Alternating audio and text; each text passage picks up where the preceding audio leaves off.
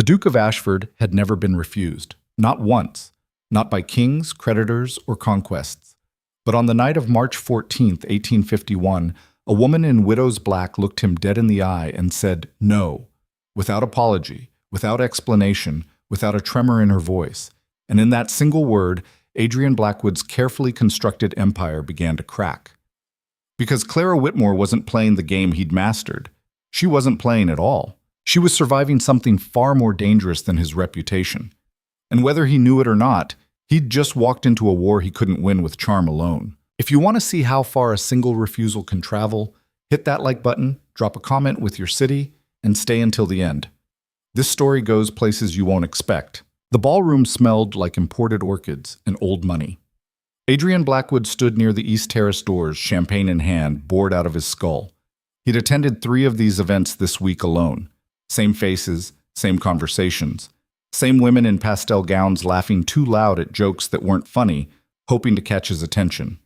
He was 32. Unmarried. Titled. Wealthy enough that people stopped asking how wealthy. And so God's forsaken, tired of all of it. Your Grace... Lord Pemberton appeared at his elbow, red-faced and sweating despite the February chill. Might I introduce my daughter, Eugenia? She's just returned from finishing school in Switzerland. Adrian glanced at the girl, blonde, nervous, probably 17. She curtsied so low he thought she might tip over. Charmed, he said, voice smooth as silk and just as empty. He didn't even look at her face. Pemberton beamed. The girl blushed. Adrian excused himself before the father could start listing her accomplishments.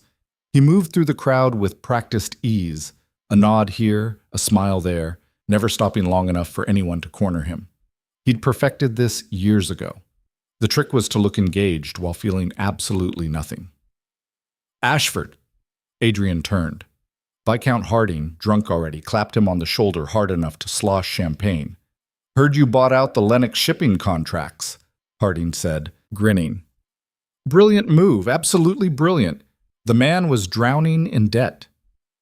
Was he? Adrian's tone was mild. He'd known Lennox was desperate. That's why he'd waited until the price dropped. Ruthless as ever, Harding laughed, like it was a compliment. No wonder they call you the Iron Duke. Adrian didn't correct him. Let them call him whatever they wanted. Names didn't bother him. Very little did. He scanned the room out of habit, cataloging exits, alliances, threats. And that's when he saw her. She stood near the far wall, alone. Black dress. No jewelry except a small mourning brooch at her throat. Her hair was pulled back simply, almost severely. She wasn't looking at anyone, wasn't smiling, wasn't trying. In a sea of peacock plumage, she was a crow. And for some reason, Adrian couldn't look away. Who's that? He asked, cutting off whatever Harding was saying. Harding squinted. Oh, that's one of the Whitmore girls. Clara, I think. Father died last year, shipping merchant, moderately successful until he wasn't. Left behind 3 daughters and a mess of debts. Sad business. Why is she here? Lady Pemberton's charity, I'd imagine.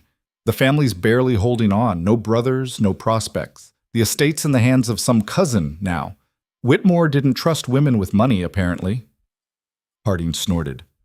Can you blame him? Adrian didn't answer. He was still watching her. She wasn't beautiful in the usual way. Her face was too serious, her posture too stiff. But there was something about the way she held herself, like she was made of iron and ice and didn't care who noticed. Excuse me, Adrian said. Harding was still talking, but Adrian was already walking. He crossed the ballroom with the kind of confidence that made people step aside without thinking. Conversations paused as he passed. Eyes followed. They always did. Clara Whitmore didn't look up until he was standing directly in front of her. Miss Whitmore, I presume? Her gaze lifted. Green eyes, sharp, guarded. Your Grace. Her voice was steady. No breathless flutter. No coy dip of the chin. I don't believe we've been formally introduced, Adrian said, offering his most charming smile, the one that usually made women forget their own names. No, Clara agreed. We haven't. She didn't elaborate, didn't offer her hand, didn't fill the silence with nervous chatter. Adrian found himself oddly intrigued. Would you do me the honor of a dance? No, thank you. The refusal was so immediate, so calm, that for a moment Adrian thought he'd misheard. I beg your pardon? I said no. Clara's expression didn't change.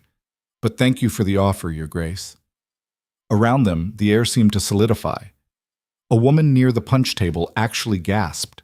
Adrian stared at her. You're refusing me. Yes. May I ask why? You may. She didn't offer a reason. Adrian felt something strange flicker in his chest. Anger, maybe? Or confusion. He wasn't sure. He hadn't felt much of anything in years. Have I offended you in some way? No. Then why? Because I don't wish to dance, Your Grace. Clara's tone was polite. Final. I'm sure there are plenty of other young ladies here who would be delighted to accept. She said it without malice, without game playing, like she was declining tea. Adrian opened his mouth, closed it. For the first time in a decade, he had no idea what to say. Enjoy your evening, Clara said quietly, and then she turned and walked away. Just like that. Adrian stood there, frozen, as she disappeared into the crowd. Behind him, someone whispered, then someone else. Within seconds, the murmur spread like fire. Did you see? She refused him. Who does she think she is? Adrian's jaw tightened.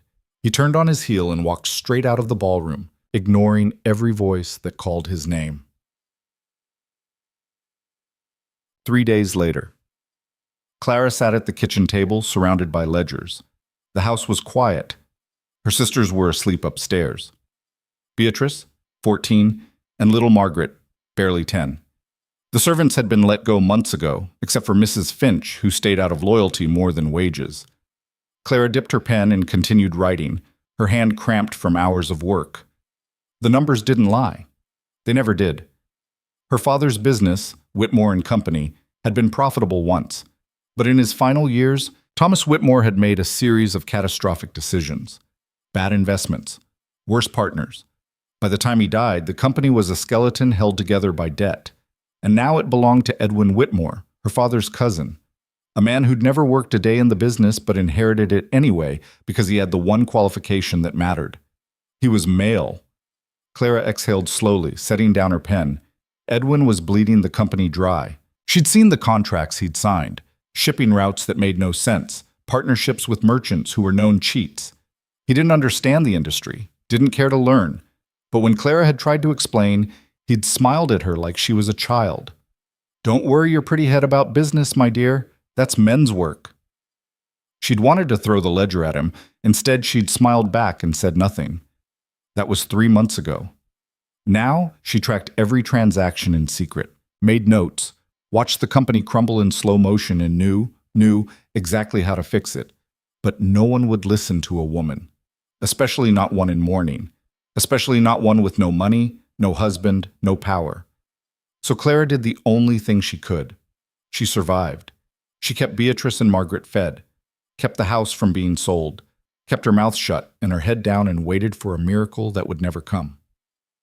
Miss Clara? Clara looked up. Mrs. Finch stood in the doorway, wrapped in a shawl, her face lined with worry. You should sleep, dear. It's past midnight. I will, soon. Mrs. Finch frowned but didn't argue. She'd learned not to. There's a letter for you, she said instead, placing an envelope on the table. Came this afternoon. Clara picked it up. Heavy paper, expensive seal. She broke it open. The handwriting was elegant, controlled. Miss Whitmore, I would very much like to call on you tomorrow at 2 o'clock, if you will permit it. I believe we have much to discuss. Yours, Adrian Blackwood, Duke of Ashford. Clara read it twice. Then she set it down and laughed, short, sharp, humorless. Of course, Kiki, she muttered. Of course he would. Mum. The next afternoon, Adrian arrived exactly at 2. Clara watched from the upstairs window as his carriage pulled up, black lacquer, polished to a mirror shine, drawn by 4 matching grays. The kind of carriage that cost more than most people earned in a lifetime. He stepped out, tall and immaculate in charcoal gray, and looked up at the house. Clara pulled back from the window. Her house was respectable, barely. The paint was peeling, the garden overgrown, But it was still standing, and that was something. She descended the stairs slowly, trying to calm the angry thrum in her chest. Why was he here? What did he want? Men like Adrian Blackwood didn't call on women like her unless they wanted something. Mrs. Finch opened the door before he could knock. "Your Grace," she said, flustered. "Please, come in." Adrian stepped inside, removing his hat. His gaze swept the modest entrance hall, taking in the faded wallpaper, the worn rug, the empty spaces where paintings used to hang. Clara appeared at the top of the stairs. "Your Grace, He looked up. For a moment, something flickered across his face. Surprise, maybe. Or assessment. "Miss Whitmore, thank you for receiving me." "I don't recall agreeing to it," Clara said evenly. "But you're here now." She descended the rest of the stairs and gestured toward the sitting room. "Shall we?" Adrian followed her inside.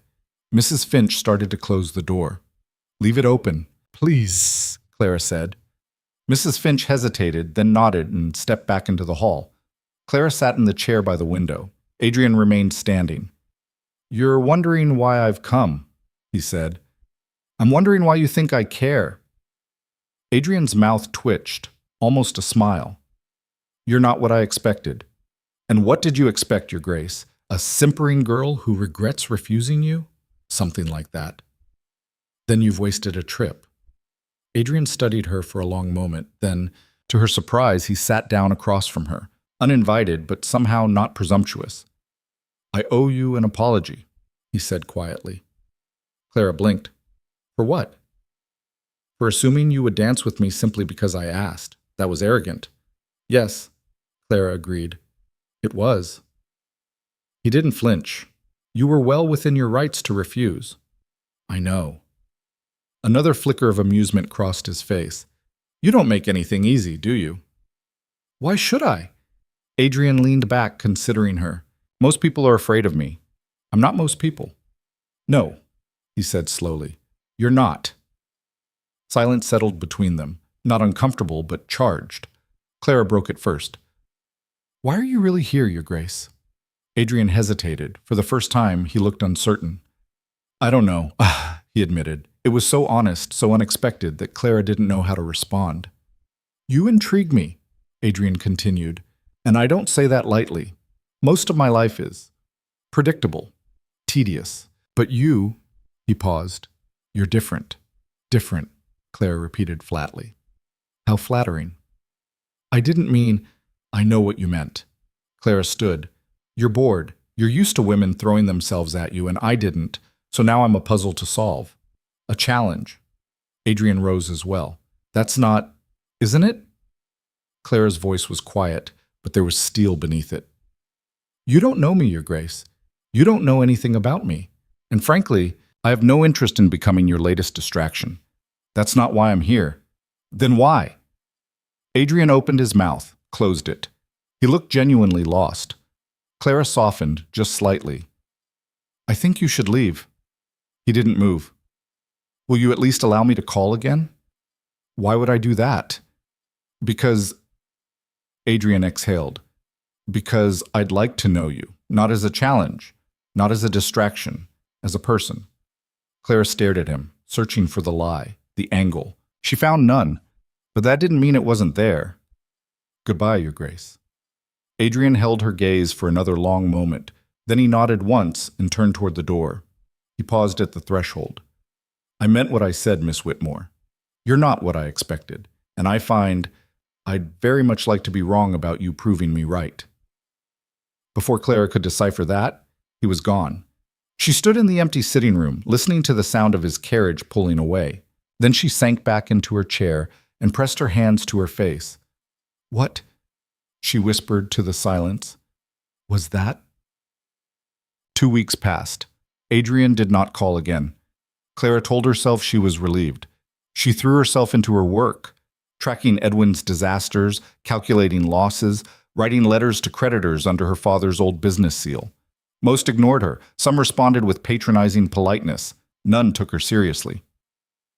On a cold morning in early March, Edwin summoned her to his office in the city. Clara arrived to find him behind her father's old desk, surrounded by cigar smoke and self-importance. Ah, Clara. Good. Sit.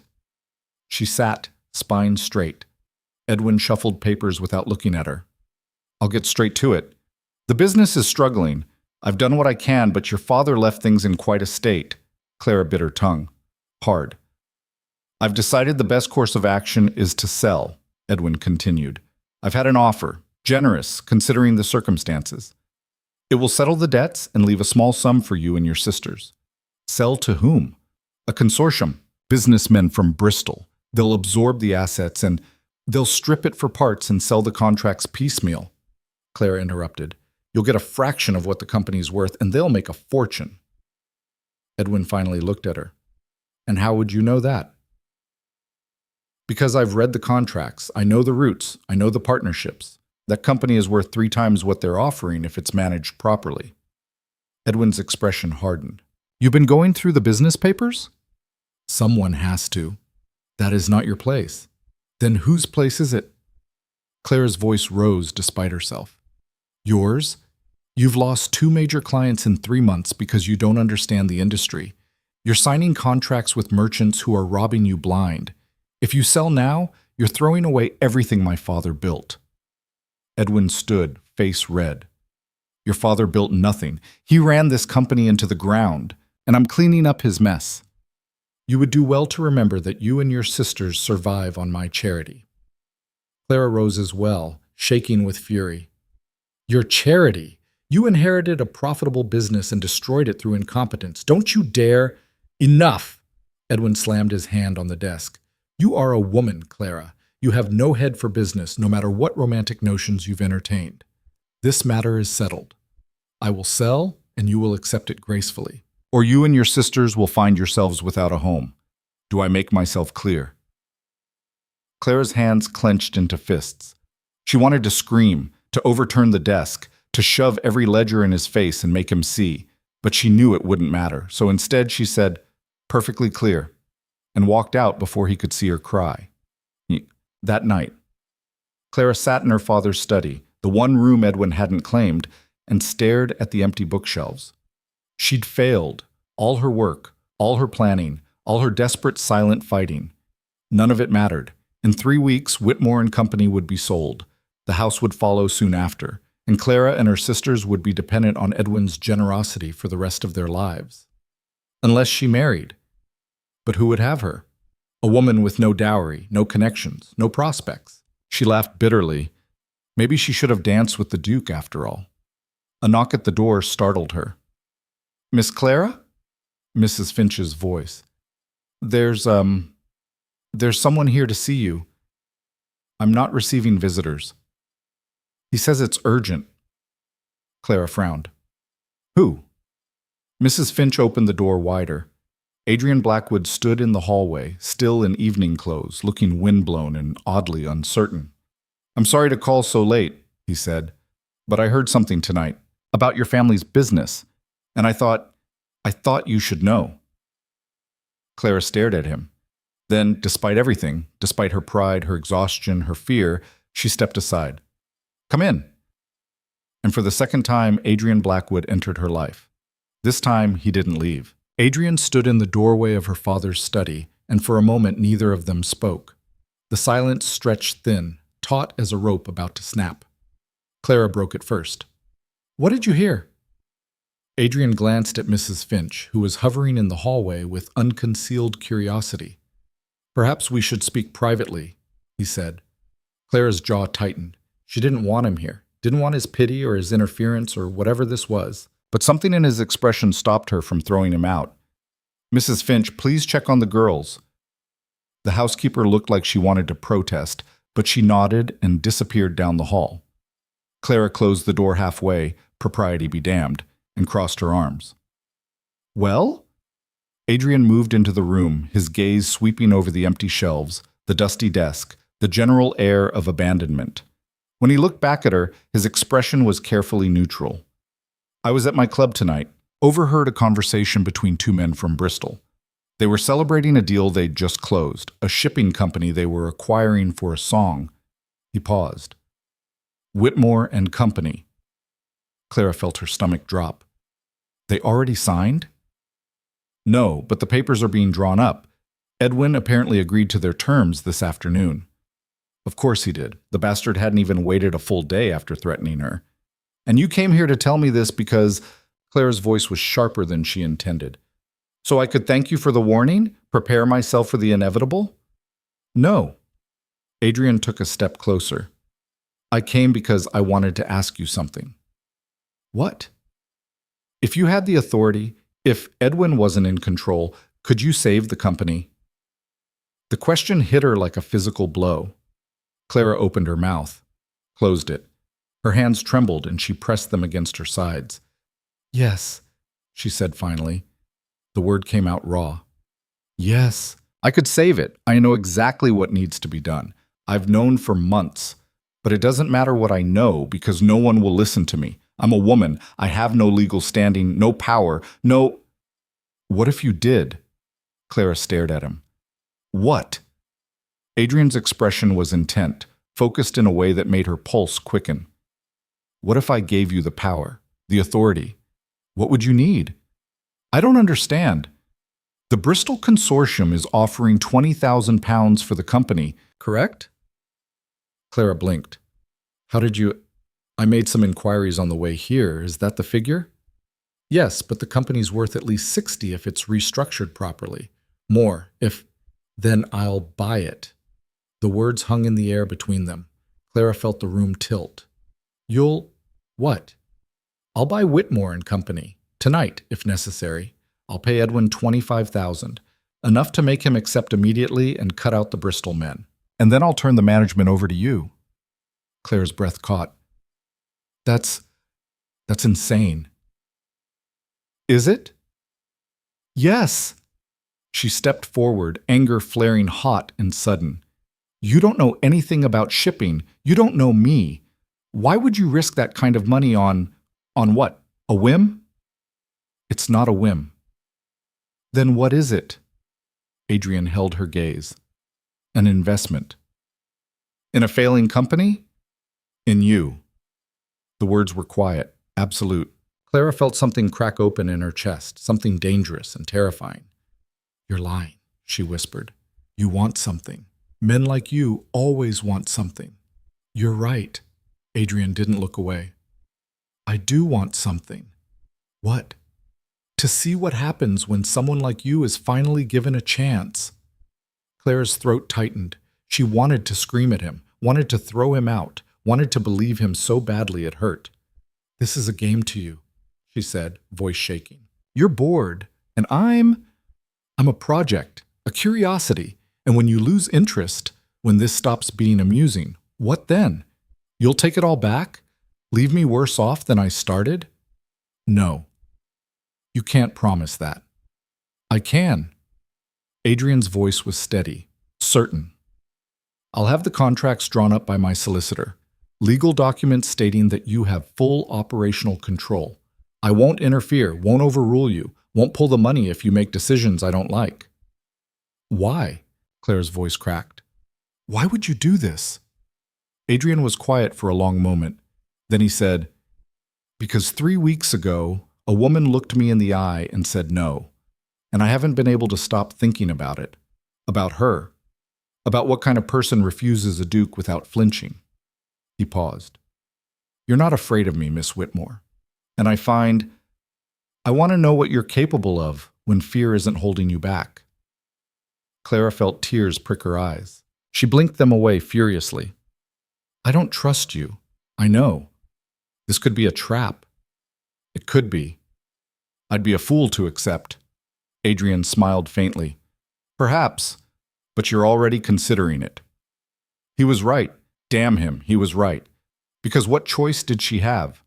Watch everything crumble? Let Edwin destroy her father's legacy? Spend the rest of her life powerless and dependent? Or take the most dangerous gamble of her life? I want to see the contracts first, Clara said, every word. And I want my own solicitor to review them. Of course. And if there's anything that gives you control over my decisions, the deal is off. Agreed.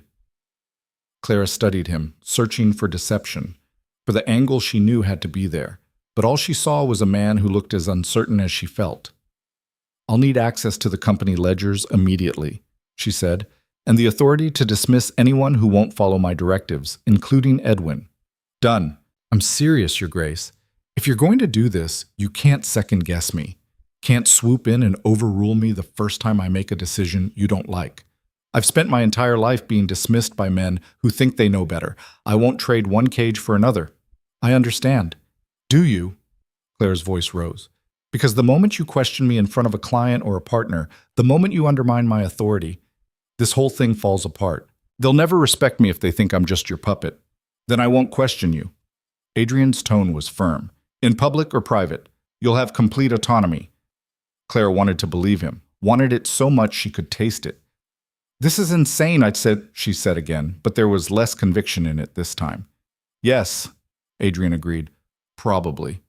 I could fail, lose everything, lose your money. I'm aware.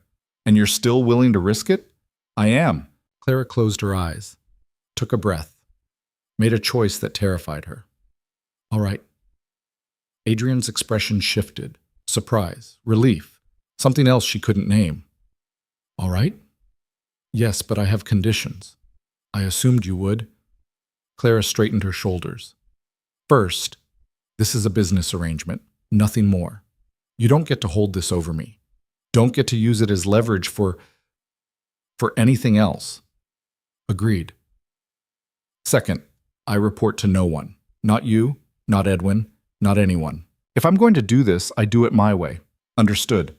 And third, Clara hesitated. If this fails, if I fail, you don't bail me out. You let it fall. I won't be saved by a man's pity twice. Adrian studied her for a long moment. Then he nodded slowly. If that's what you want. It is. Then we have a deal. He extended his hand. Clara looked at it, at the offered alliance, the impossible gamble, the chance she'd never thought she'd have. She took his hand. His grip was firm, warm. I'll have the papers ready by tomorrow afternoon, Adrian said, and I'll speak to Edwin in the morning. He'll fight you. Let him. Clara almost smiled. Almost. Thank you, she said quietly. I don't trust you, but thank you. Adrian's expression softened. You're welcome, Miss Whitmore. He released her hand and moved toward the door. Then he paused, glancing back. For what it's worth, I think you're going to surprise a lot of people. Including you? Especially me. And then he was gone, leaving Clara alone in the empty study with a decision that might save her or destroy her. She sank into her father's chair and let out a breath that shook her entire body. What had she just done?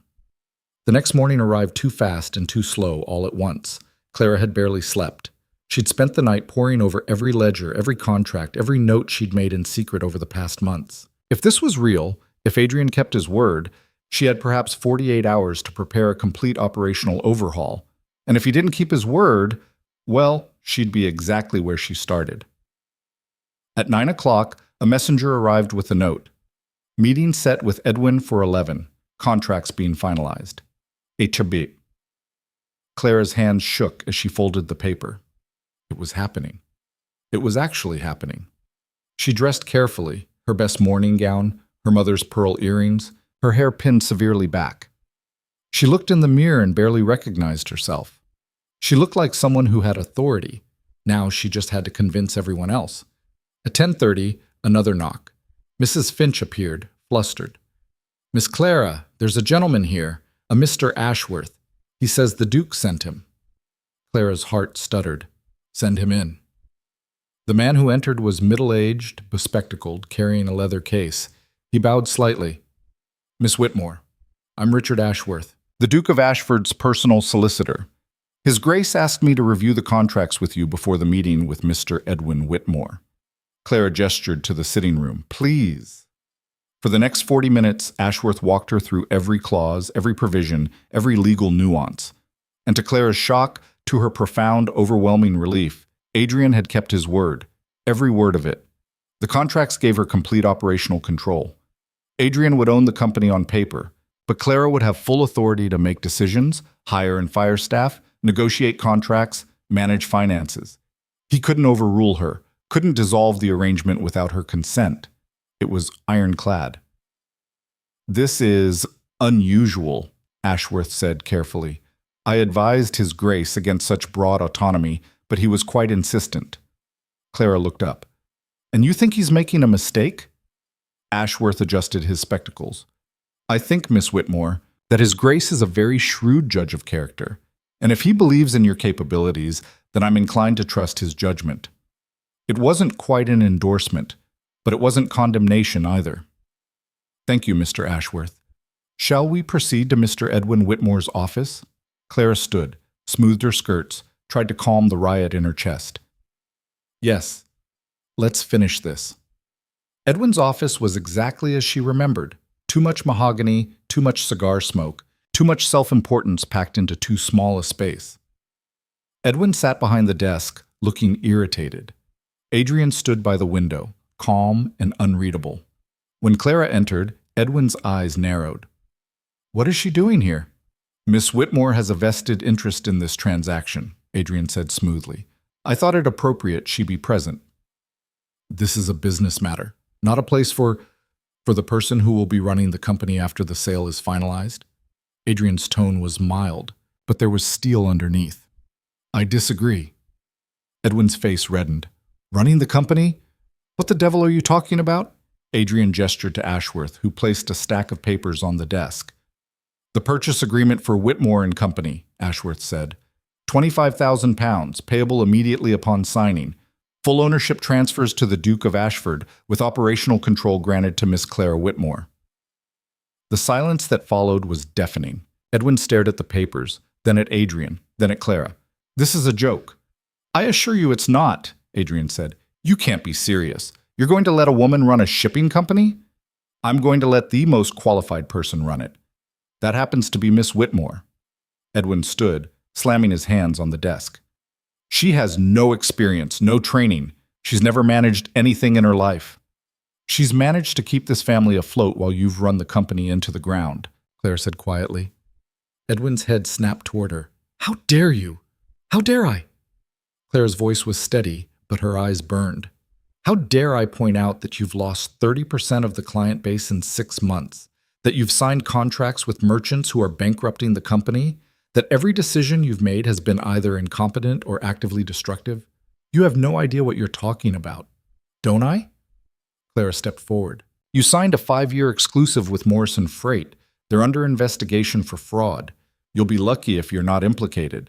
You terminated the partnership with Dawson Imports, the most profitable route we had, because he insulted you at a dinner party. And you've been paying twice the going rate for warehouse space because you didn't bother to negotiate." Edwin's mouth opened and closed. No sound came out.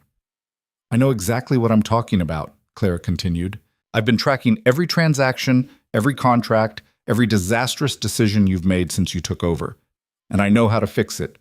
The question is whether you're going to sign those papers and walk away with more money than you deserve, or if you're going to let your pride destroy what's left of this family." Adrian's lips twitched. He looked almost impressed. Edwin looked between them, face purple with rage and humiliation. "This is unconscionable, unnatural. A woman has no place." "Mr. Whitmore," Adrian interrupted, voice cold, "the offer is £25,000, 5,000 more than the Bristol Consortium was offering. You can sign now and walk away a wealthier man, or you can refuse and watch the company collapse under your management within the year. Your choice." Edwin's jaw worked. His hands shook. Clara watched him calculate. Watched pride war with greed. Greed won. "Fine," Edwin spat. "Take it. Take the damned company. And when it fails, when she runs it into the ground, don't come crying to me." He grabbed the pen and signed with violent, angry strokes. Ashworth collected the papers, checked the signatures, and nodded to Adrian.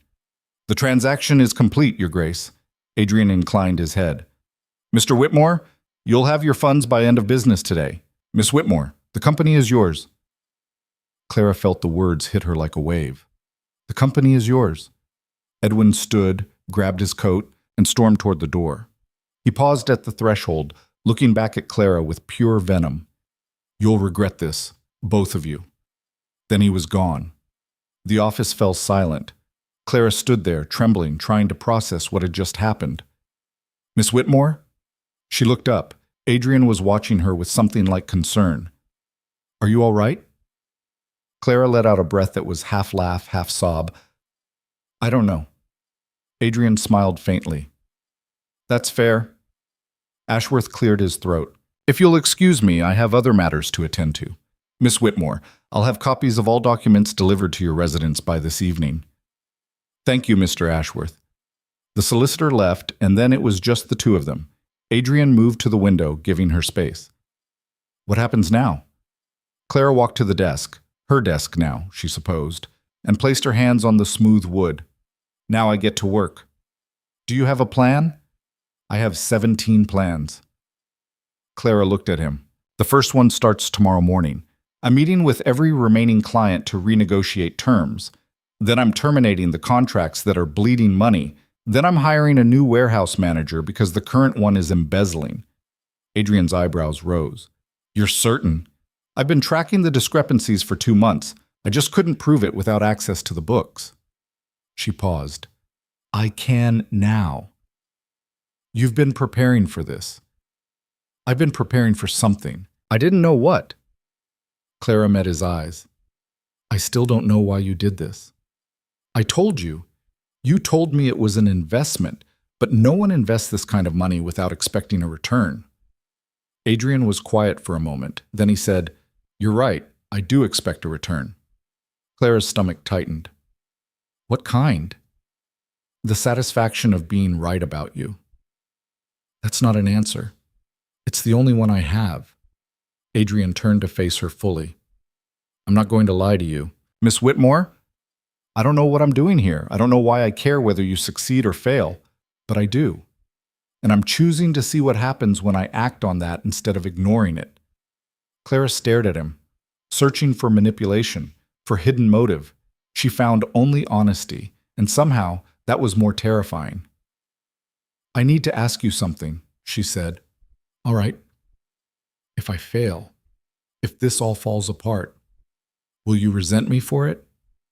Adrian considered the question seriously. No, but I don't think you're going to fail. You can't know that. No, he agreed. I can't, but I'm willing to bet on it anyway. Clara felt something shift in her chest, something that felt dangerously close to trust. I should go, she said abruptly. I have a lot of work to do. Of course. Adrian moved toward the door, then paused. Miss Whitmore? Yes? Good luck. Clara almost smiled. I don't believe in luck, Your Grace. What do you believe in? She thought about it. Preparation, strategy, and refusing to accept defeat until there's no other choice. Adrian's expression softened. Then I think you're going to be just fine. He left, and Clara stood alone in the office that was now hers. She should have felt triumphant, victorious. Instead, she felt terrified, because now there were no more excuses, no more barriers, no one to blame if this failed except herself. She sat down in the chair behind the desk, pulled out the ledgers, began to work, and tried not to think about the man who'd just handed her everything she'd ever wanted, and what it might cost her in the end. The next 3 weeks were a blur of motion and calculated chaos. Clara moved into the office full-time, arriving before dawn and leaving long after dark. She met with clients, renegotiated contracts, fired the embezzling warehouse manager and half the administrative staff who'd been loyal to Edwin. It was brutal, exhausting, and absolutely exhilarating. For the first time in her life, people listened when she spoke. Oh, they didn't want to. The first client meeting had been a disaster. 3 middle-aged men staring at her like she'd grown a second head when she walked in without a male chaperone. Where's the Duke? One of them had asked. Not here, Clara had replied calmly. You're dealing with me. They'd tried to leave. She'd blocked the door and spent the next 20 minutes breaking down their shipping costs, showing them where they were losing money, and offering a restructured contract that would save them 15% annually. They'd signed. Word spread quickly. Some clients refused to work with her outright. Fine. She let them go and replaced them with smaller merchants who were hungrier and more flexible. Within 2 weeks, she'd stopped the financial bleeding. Within 3, she'd turned a profit, a small one, but still. And through it all, Adrian kept his word. He didn't interfere, didn't question, didn't even visit the office. Clara told herself she was relieved. She told herself she didn't miss seeing him. She was lying on both counts. On a rainy Thursday afternoon, Clara was reviewing shipping manifests when her office door opened without warning. She looked up, ready to snap at whoever had entered without knocking. Adrian stood in the doorway, soaked from the rain, looking slightly sheepish. "I'm sorry. I should have sent word." Clara set down her pen, pulse quickening. "Your Grace, what are you doing here?" "I wanted to see how things were going." He hesitated. "And to apologize." "For what?" "For staying away so long. I thought giving you space was the right thing to do, but I realize it might have seemed like indifference." Clara stood slowly. "It wasn't indifference?" "No." Adrian stepped inside, closing the door behind him. "It was fear." "Of what?" "Of interfering. Of making you feel like I didn't trust you. Of," he exhaled, "caring too much about whether you succeeded." The admission hung in the air between them. Clara's throat tightened. "You shouldn't care." "I know. This is a business arrangement." "I know that too." "Then why?" "Because I can't seem to help it." Adrian's voice was raw. "I've tried to stay away. Tried to focus on other things. But every day I wonder if you're managing, if you're eating, if you're sleeping, if someone's giving you trouble and you're too proud to ask for help." Clara's breath caught. "I don't need help." "I know you don't. That's not the point." "Then what is?" Adrian crossed the room until he was standing in front of her desk, close enough that she could see the exhaustion in his eyes, the tension in his shoulders. "The point is that for the first time in a decade, I care about something, someone, and I don't know what to do with it." Clara felt her carefully constructed walls crack. "You should leave," she whispered. "Should I?" "Yes. Because if you stay, if you keep looking at me like that, I'm going to make a mistake." "What kind of mistake?" "The kind where I start believing you're genuine, where I forget that this is temporary, where I—" She stopped herself. "Where you what?" Clara closed her eyes. "Where I forget how to protect myself."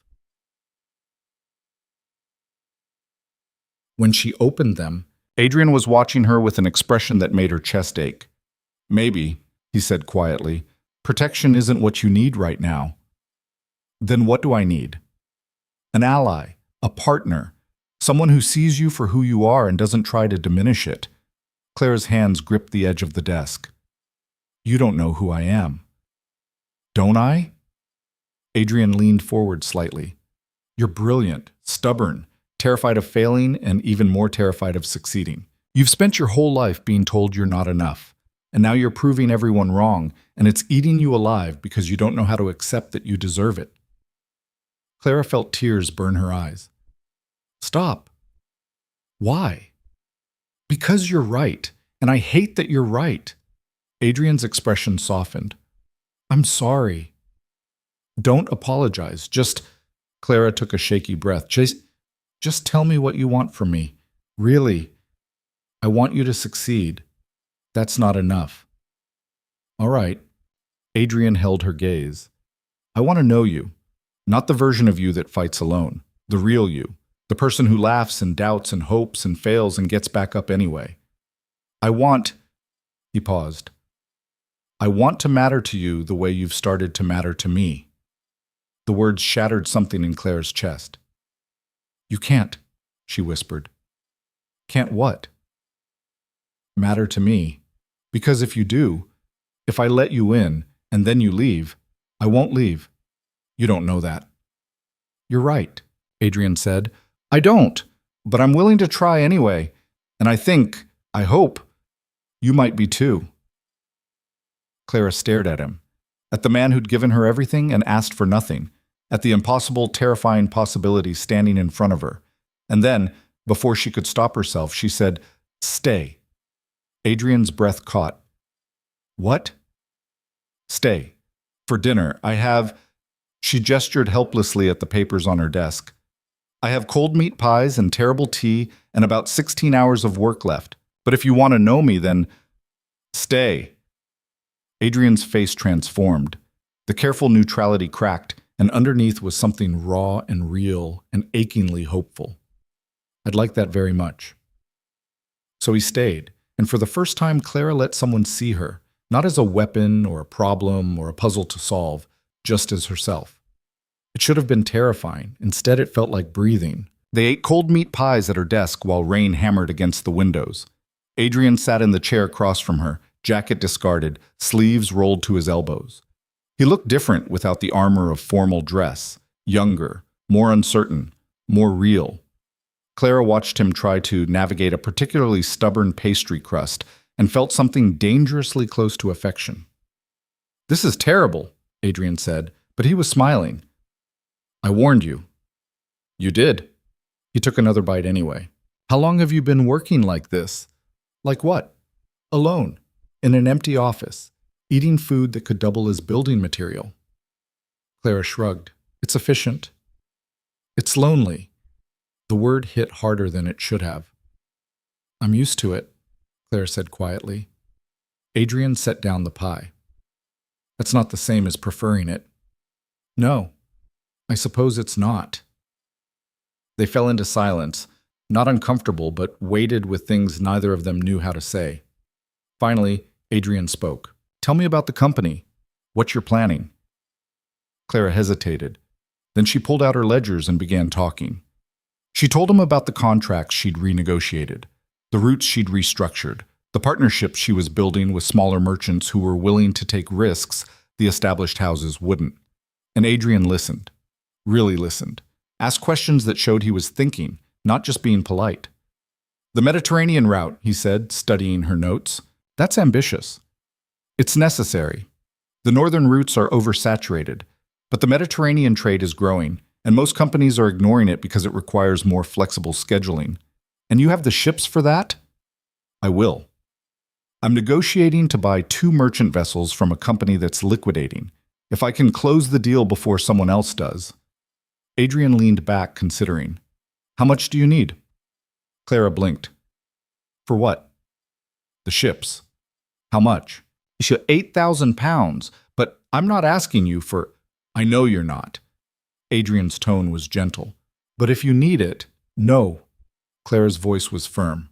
"This is my company now, my risk. I appreciate the offer, but I need to do this on my own terms." Adrian studied her for a long moment.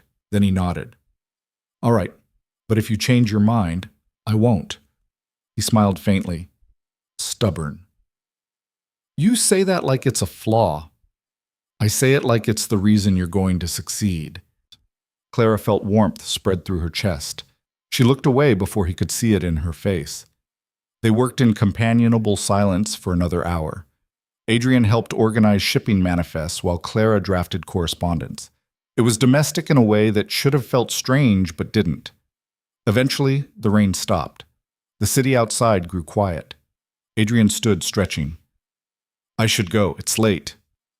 Clara glanced at the clock, nearly midnight. "Yes, you should." Neither of them moved. "Clara." Adrian stopped himself. "May I call you Clara?" Her breath caught. First names. That was a line they hadn't crossed. "Yes." "Clara." He said it carefully, like he was tasting the shape of it. "I want you to know what's happening here, between us. I'm not taking it lightly. What is happening here?" "I don't know exactly, but I know I don't want it to stop." Clara stood slowly. They were close now, close enough that she could see the uncertainty in his eyes, the hope he was trying to hide. "I'm terrified," she admitted. "Of what?" "Of this. Of you. Of letting myself want something I might not be allowed to keep." Adrian's hand lifted, hovering near her face. Not touching, asking permission. Clara closed the distance. His palm was warm against her cheek. His thumb brushed her jaw with a gentleness that made her throat tight. "You're allowed to want things, Clara. Am I?" "Yes." "Even if they don't make sense? Even if they're reckless and dangerous and completely impossible?" "Especially then."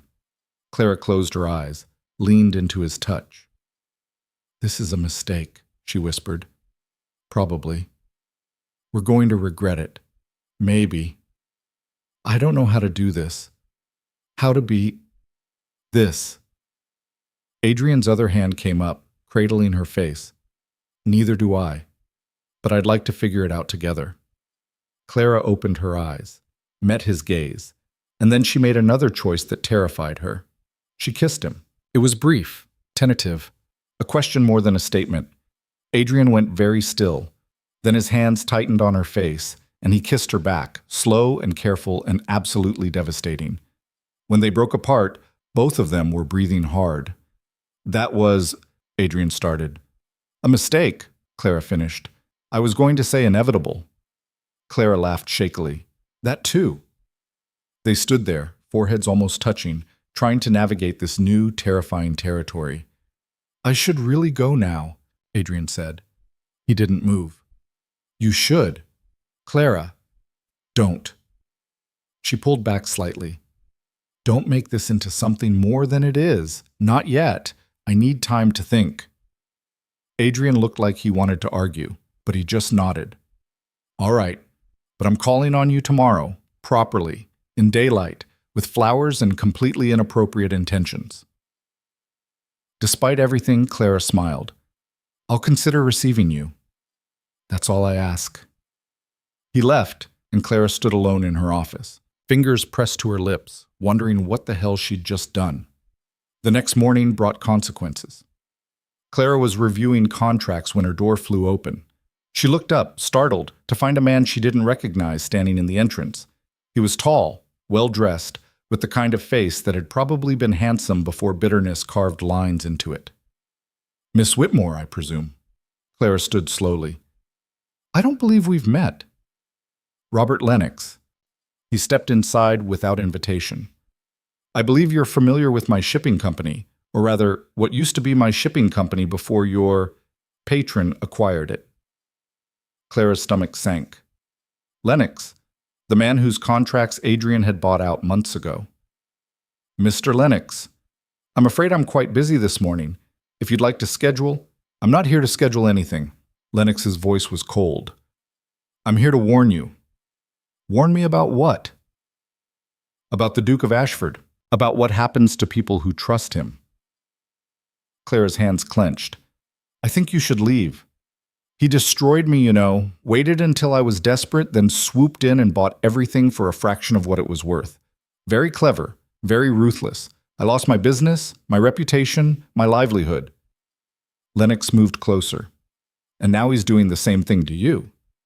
"That's absurd." "Is it?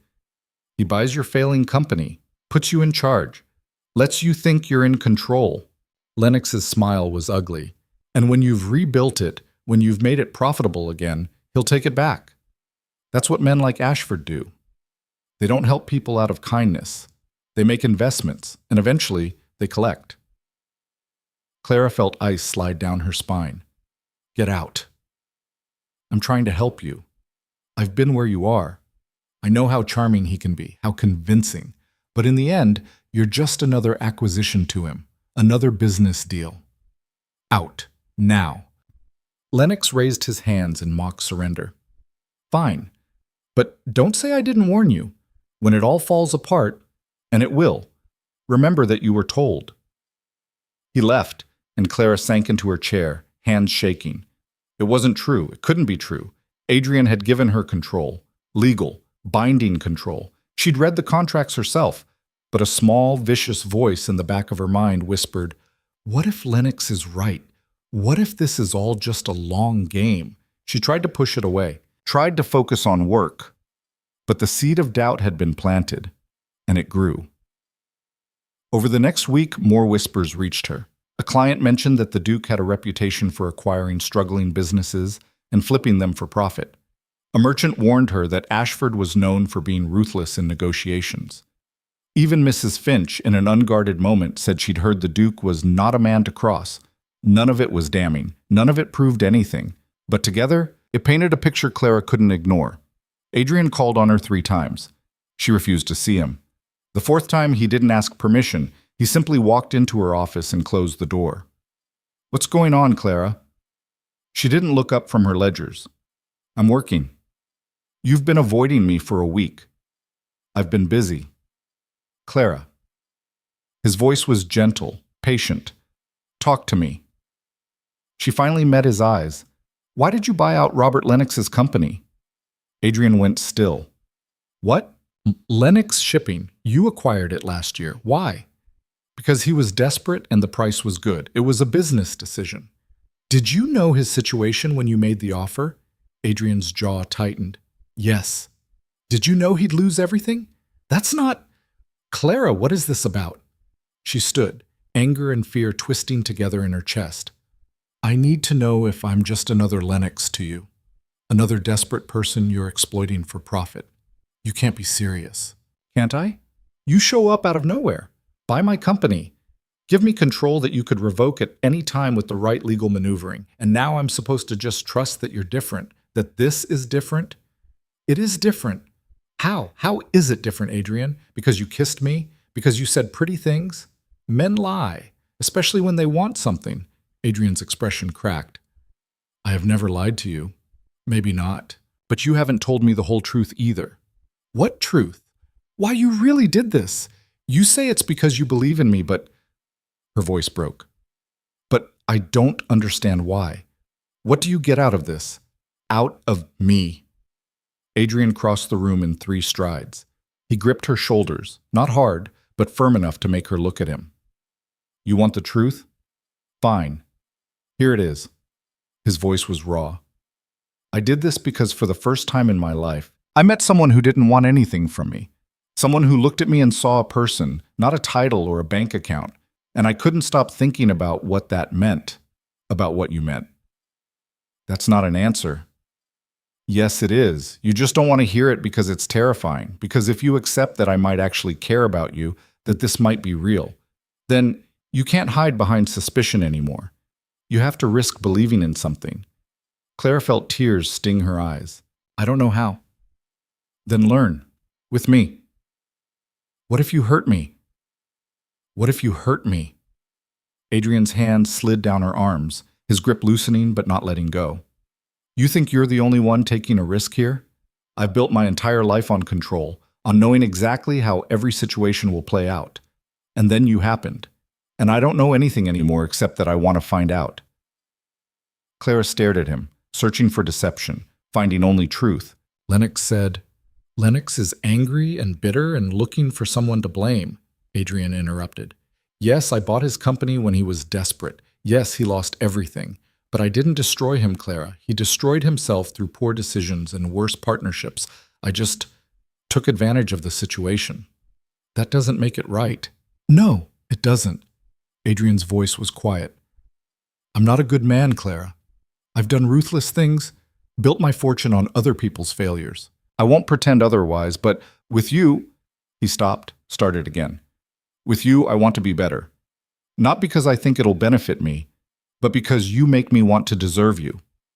The word shattered the last of Clara's defenses. "I'm so tired," she whispered. "Tired of fighting. Tired of not trusting anyone. Tired of being alone." "Then don't be. It's not that simple." "It could be." Clara closed her eyes. "What if this is a mistake? What if we're both wrong about each other? Then we'll deal with it, together." She wanted to believe him, wanted it so badly it hurt, but before she could respond, her office door opened again. Both of them turned. Edwin stood in the doorway, and he wasn't alone. Behind him were 2 men Clara didn't recognize, well-dressed, official-looking, carrying leather cases. "Edwin." Clara's voice was steady despite the dread pooling in her stomach. "What is this?" Edwin's smile was vicious. "This, my dear cousin, is justice. Gentlemen, that's her. Clara Whitmore. The woman who's been impersonating a business owner and defrauding clients under false pretenses." One of the men stepped forward. "Miss Whitmore, I'm Inspector Daniels from the Metropolitan Police. We've received a formal complaint alleging that you've been operating this company illegally, conducting business without proper authority, and misrepresenting yourself to clients and partners." Clara felt the floor tilt. "That's absurd. I have full legal authority." "Authority granted by the Duke of Ashford, yes. But Mr. Whitmore here has raised questions about the legitimacy of that arrangement, specifically whether it constitutes a fraudulent transfer designed to circumvent inheritance law and deprive him of his rightful property. Adrian stepped forward. That's nonsense. The sale was completely legal. I have documentation, which we'll need to review, Your Grace, along with all business records, contracts, and financial statements. The inspector's tone was respectful but firm.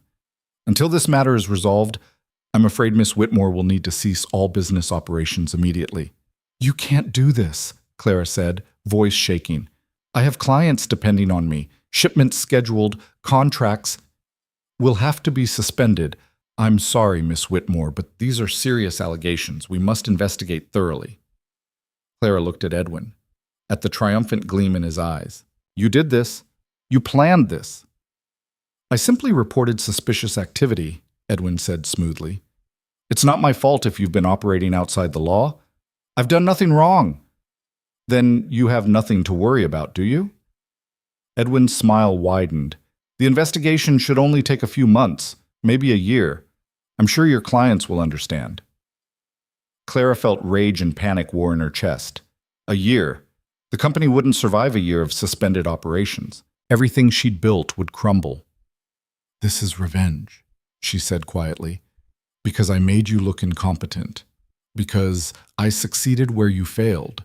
This is business, cousin. You should have stayed in your place. Adrian moved between them, his voice dangerously calm. Mr. Whitmore, I strongly suggest you reconsider this course of action. Are you threatening me, Your Grace? I'm warning you that if you pursue this, I will make it my personal mission to destroy every aspect of your life, your reputation, your finances, your future prospects. You will regret this. Edwin paled but held his ground. The law is on my side. The law is whatever I make it. Adrian's voice dropped. And I promise you, I have more resources, more connections, and more patience for vengeance than you could possibly imagine. The inspector cleared his throat. Your Grace, threats won't help Miss Whitmore's case. Adrian's jaw clenched, but he stepped back. The inspector turned to Clara. Miss Whitmore, you'll need to come with us to answer some questions, and we'll need access to all company records. Clara felt everything she'd fought for slipping away. She looked at Adrian, saw fury and helplessness warring in his eyes. Then she looked at Edwin, at the smug satisfaction on his face, and she made a decision. No. Everyone stared at her. I beg your pardon? The inspector said. Clara straightened her shoulders. No, I won't be answering questions. I won't be ceasing operations. And I certainly won't be handing over my records to be destroyed or manipulated by a man who's using the law as a weapon because he couldn't succeed honestly. Miss Whitmore, if you refuse to cooperate, then arrest me. Clara's voice was steady, clear. Right now, in front of witnesses. Make it official. Because the moment you do, this stops being a quiet investigation and becomes a public scandal. And every newspaper in London will want to know why a woman is being prosecuted for the crime of being competent. The inspector hesitated. Clara pressed her advantage. I have documentation proving every claim I've made, every contract I've signed, every transaction I've completed. And I have clients, powerful clients, who will testify that I've conducted myself with complete professionalism and integrity. So if you want to arrest me based on the word of a bitter, incompetent man who lost his position because he couldn't do the job, then do it. But I promise you, Inspector, this will not end quietly. Silence filled the room. Edwin's face had gone purple. She's bluffing. Am I? Clara turned to him. Do you really want to risk it, Edwin? Because if this goes public, everyone will know exactly why you're doing this, and they'll know what kind of man you really are. You have no power here, don't I? Clara's smile was cold. I may not have your connections or your legal standing, but I have something you don't. I have the truth, and I'm not afraid to use it. The inspector looked between them, clearly calculating. Finally, he said, Miss Whitmore, I'll need you to provide all documentation proving your authority within 3 days. If everything is in order, this matter can be resolved quickly. But if not, it will be in order, Adrian said firmly. I'll have my solicitor deliver everything you need by tomorrow morning. The inspector nodded. Very well, Mr. Whitmore. You'll also need to provide evidence supporting your claims. Without proof of fraud, this investigation will be closed. Edwin's mouth opened and closed. He had no proof. They both knew it. This isn't over, he spat. Yes, Clara said quietly. It is. Because I'm not the girl you used to dismiss, Edwin. I'm not powerless anymore. And the sooner you accept that, the less painful this will be for you. Edwin glared at her with pure hatred. Then he turned and stormed out. The inspector and his colleague followed, leaving Clara and Adrian alone. For a long moment, neither of them spoke. Then Clara's legs gave out. Adrian caught her before she hit the floor, easing her into a chair. I've got you, he murmured. You're all right. You're safe. Clara's hands were shaking so badly she couldn't control them. That was brilliant, terrifying, completely insane. Adrian knelt in front of her, hands covering hers. And you were magnificent. Clara let out a laugh that bordered on hysteria. I just threatened a police inspector. You stood up for yourself. There's a difference. What if he comes back? What if Edwin finds a way to make this stick? He won't. I'll make sure of it. Adrian's voice was absolute. I will burn down half of London before I let him hurt you. Clara looked at him, at the fierce protectiveness in his eyes, the rage barely contained beneath his calm exterior.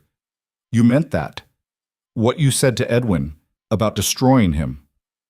Every word. That's not you being better. That's you being ruthless. When it comes to protecting you, yes.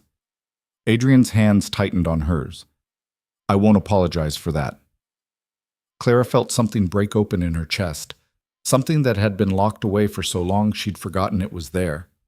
Trust. I'm sorry, she whispered, for doubting you, for listening to Lennox, for... Don't. Adrian shook his head. You had every right to question me. I've given you no reason to trust me except my word. And words are cheap. Not yours. Clara, I mean it. She reached up, touching his face. You've proven yourself, over and over, and I've been too afraid to see it. Adrian's eyes closed. He leaned into her touch. I'm afraid too. Of what? Of failing you. Of not being what you need. Of this, he gestured between them. Of this being the most important thing in my life and not knowing how to protect it. Claire's throat tightened. We're a mess, aren't we? Completely. But we're trying. Yes, we are. They stayed like that, hands clasped, foreheads almost touching, while the afternoon light faded and the city hummed around them. Finally, Adrian spoke. What do we do now? Clara took a breath. Now we fight. Together. We give the inspector everything he needs. We document every transaction, every contract, every piece of evidence that proves I've been operating legally. And if Edwin tries anything else, we bury him. And after? After? Clara hesitated. After, I don't know. But I know I don't want to do it alone anymore. Adrian's smile was soft, genuine. Neither do I. He stood, pulling her to her feet. Come on, let's get to work. Now? No time like the present. Besides, his expression turned wicked. I'm very good at organizing documents, and I have a feeling we're going to need every advantage we can get. Clara laughed despite everything. You're impossible. And you're extraordinary. I think we balance each other out. They worked through the night, pulling records, organizing evidence, building a case so airtight that even Edwin's malice couldn't penetrate it. And somewhere around 3 a.m, surrounded by papers and cold tea, Clara looked at Adrian, sleeves rolled up, hair disheveled, completely focused on helping her, and realized something terrifying. She was falling in love with him. Maybe had been since the moment he'd looked at her and seen someone worth fighting for. She didn't say it out loud. Wasn't ready for that yet. But when Adrian glanced up and caught her watching, when he smiled that private, devastating smile that was only for her, she thought maybe he knew anyway. The inspector returned 2 days later.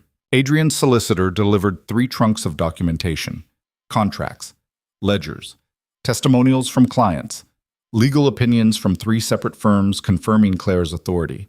It was overwhelming, irrefutable. The inspector reviewed everything with his colleague, asked pointed questions, cross-referenced dates and signatures. Finally, he set down his papers and looked at Clara.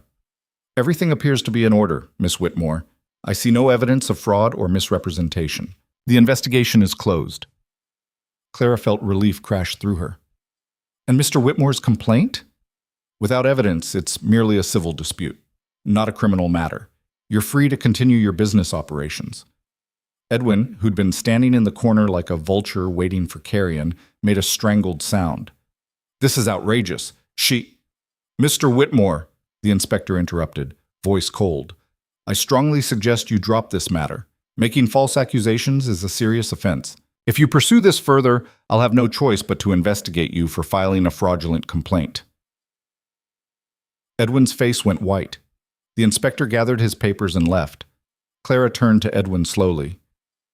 You lost. Edwin's hands clenched into fists. This isn't over. Yes, it is. Clara's voice was quiet, absolute. You tried to destroy me, and you failed. Now it's time for you to leave. And if you ever come near me, my sisters, or this company again, I promise you, the Duke's threats will seem gentle compared to what I'll do. Edwin stared at her. For the first time, she saw something like fear in his eyes. You've changed, he said. No, you just finally noticed. He left without another word. The office fell silent. Clara sank into her chair, exhausted, victorious, terrified of what came next. Adrian moved to her side, didn't speak, just stood there, solid, steady, present. Thank you, Clara whispered. For what? For not taking over. For letting me fight my own battle. You didn't need me to fight it. You needed me to stand beside you while you did. Adrian paused. There's a difference. Clara looked up at him. At the man who'd given her power and never asked for anything in return. At the man she was definitely, terrifyingly falling in love with. Adrian. The office door burst open. A young clerk stood there, face pale, holding a telegram. Miss Whitmore, I'm sorry to interrupt, but this just arrived. It's marked urgent. Clara took the telegram with shaking hands. She read it once, twice. The paper slipped from her fingers. Clara? Adrian's voice was sharp. What is it? She couldn't speak, couldn't breathe. Adrian picked up the telegram. Read it. His face went white. The message was short, brutal. Ship Aurora lost in storm off Dover. All cargo and crew missing. Investigate sabotage. Respond immediately. The Aurora. The ship carrying half her most valuable contracts. The one investment she couldn't afford to lose. Gone. And someone thought it might not have been an accident. Clara stared at the telegram, the words blurring together. The Aurora. 50,000 pounds worth of cargo. Contracts with 3 of her largest clients. The ship she'd personally negotiated to lease because it was faster, more reliable than anything else in her fleet. Gone. Sabotage, Adrian said quietly, reading over her shoulder. Someone thinks it was deliberate. Clara's hands clenched. Who sent this? The clerk stepped forward nervously. Captain Morrison, ma'am, from the harbor master's office in Dover. He said there are irregularities with the wreckage they've found. What kind of irregularities? He didn't specify, just said you should come immediately. Clara stood so fast her chair scraped against the floor. Get my coat. Clara, wait. Adrian caught her arm. You can't just rush to Dover without a plan. My plan is to find out what happened to my ship. And if it was sabotage? If someone deliberately destroyed it? Then I'll find out who and make them pay. Clara's voice was ice. Let go of me, Adrian. He didn't. At least let me come with you. This is my problem. The hell it is. Adrian's grip tightened. If someone sabotaged that ship, they did it to hurt you, to destroy what you've built. You think I'm going to let you face that alone? Clara wanted to argue, wanted to push him away and handle this herself like she'd handled everything else. But the fear in his eyes stopped her. Fine, she said, but we leave now. They took Adrian's carriage. The journey to Dover took 4 hours that felt like 40. Clara spent the entire ride calculating losses. The Aurora had been carrying textiles, spices, and machinery, high-value goods contracted to merchants who wouldn't accept excuses or delays. If she couldn't fulfill those contracts, she'd lose the clients. Worse, she'd owe penalties for breach of agreement. The numbers spiraled in her head until she wanted to scream. "Stop," Adrian said quietly. Clara looked up. "What?" "Whatever you're thinking, whatever worst-case scenario you're building, stop. We don't know anything yet." "I know my company can't survive this." "You don't know that." "Yes, I do." Clara's voice cracked. "I've been running calculations since we left London. Even if insurance covers the cargo, which it won't, not fully, the penalties alone will bankrupt me. And that's assuming this wasn't sabotage. If it was deliberate, if someone targeted me specifically..." She broke off. "I'm finished." Adrian reached across the carriage and took her hand. "No, you're not. You can't know that. I know you, and I know you don't give up. Sometimes giving up is the smart choice. When has being smart ever stopped you from fighting?" Despite everything, Clara felt her lips twitch. Fair point. They arrived in Dover just after sunset. The harbor was chaos, sailors shouting, cargo being unloaded, the smell of fish and tar thick in the air. Captain Morrison met them at the harbor master's office. He was older, weathered, with the kind of face that had seen too many disasters. "Miss Whitmore, Your Grace." He nodded to each of them. "Thank you for coming so quickly." "What happened?" Clara asked without preamble. Morrison gestured to a back room. "Better if I show you." He led them to a table covered in debris. Wooden planks, twisted metal, scraps of sail. "This is what we've recovered so far," Morrison said. The Aurora went down about 15 miles off the coast. Storm was bad, but not bad enough to sink a ship that size. Not under normal circumstances. Claire stepped closer, studying the wreckage. "What are you saying?" Morrison picked up a piece of charred wood. We found it in the cargo hold section. See the burn pattern?" Clara examined it. The wood was blackened, but not from water damage, from fire.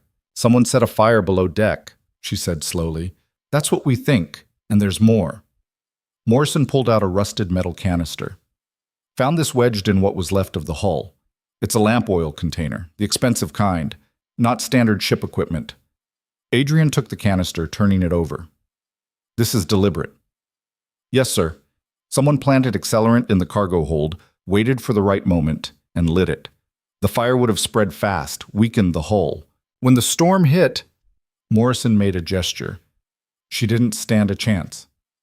Clara felt rage bubble up, hot and vicious. "The crew?" Morrison's face fell. 4 bodies recovered. 3 still missing. I'm sorry, Miss Whitmore." 7 men. 7 men who'd trusted her, who'd worked for her, dead because someone wanted to destroy her. "Who did this?" Clara's voice was deadly quiet. "We don't know, but whoever it was, they knew the ship's schedule, knew the cargo. This wasn't random." Clara's mind raced. Who hated her enough to commit murder? Edwin. The thought hit her like a punch.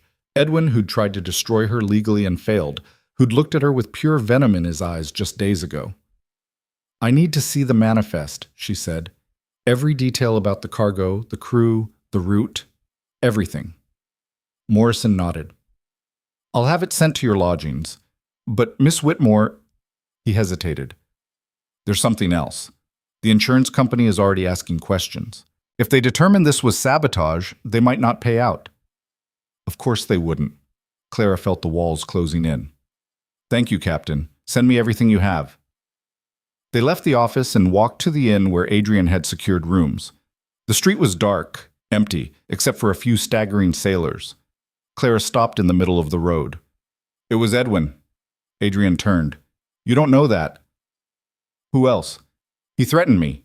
He tried to use the law to destroy me. And when that didn't work," her voice shook with fury.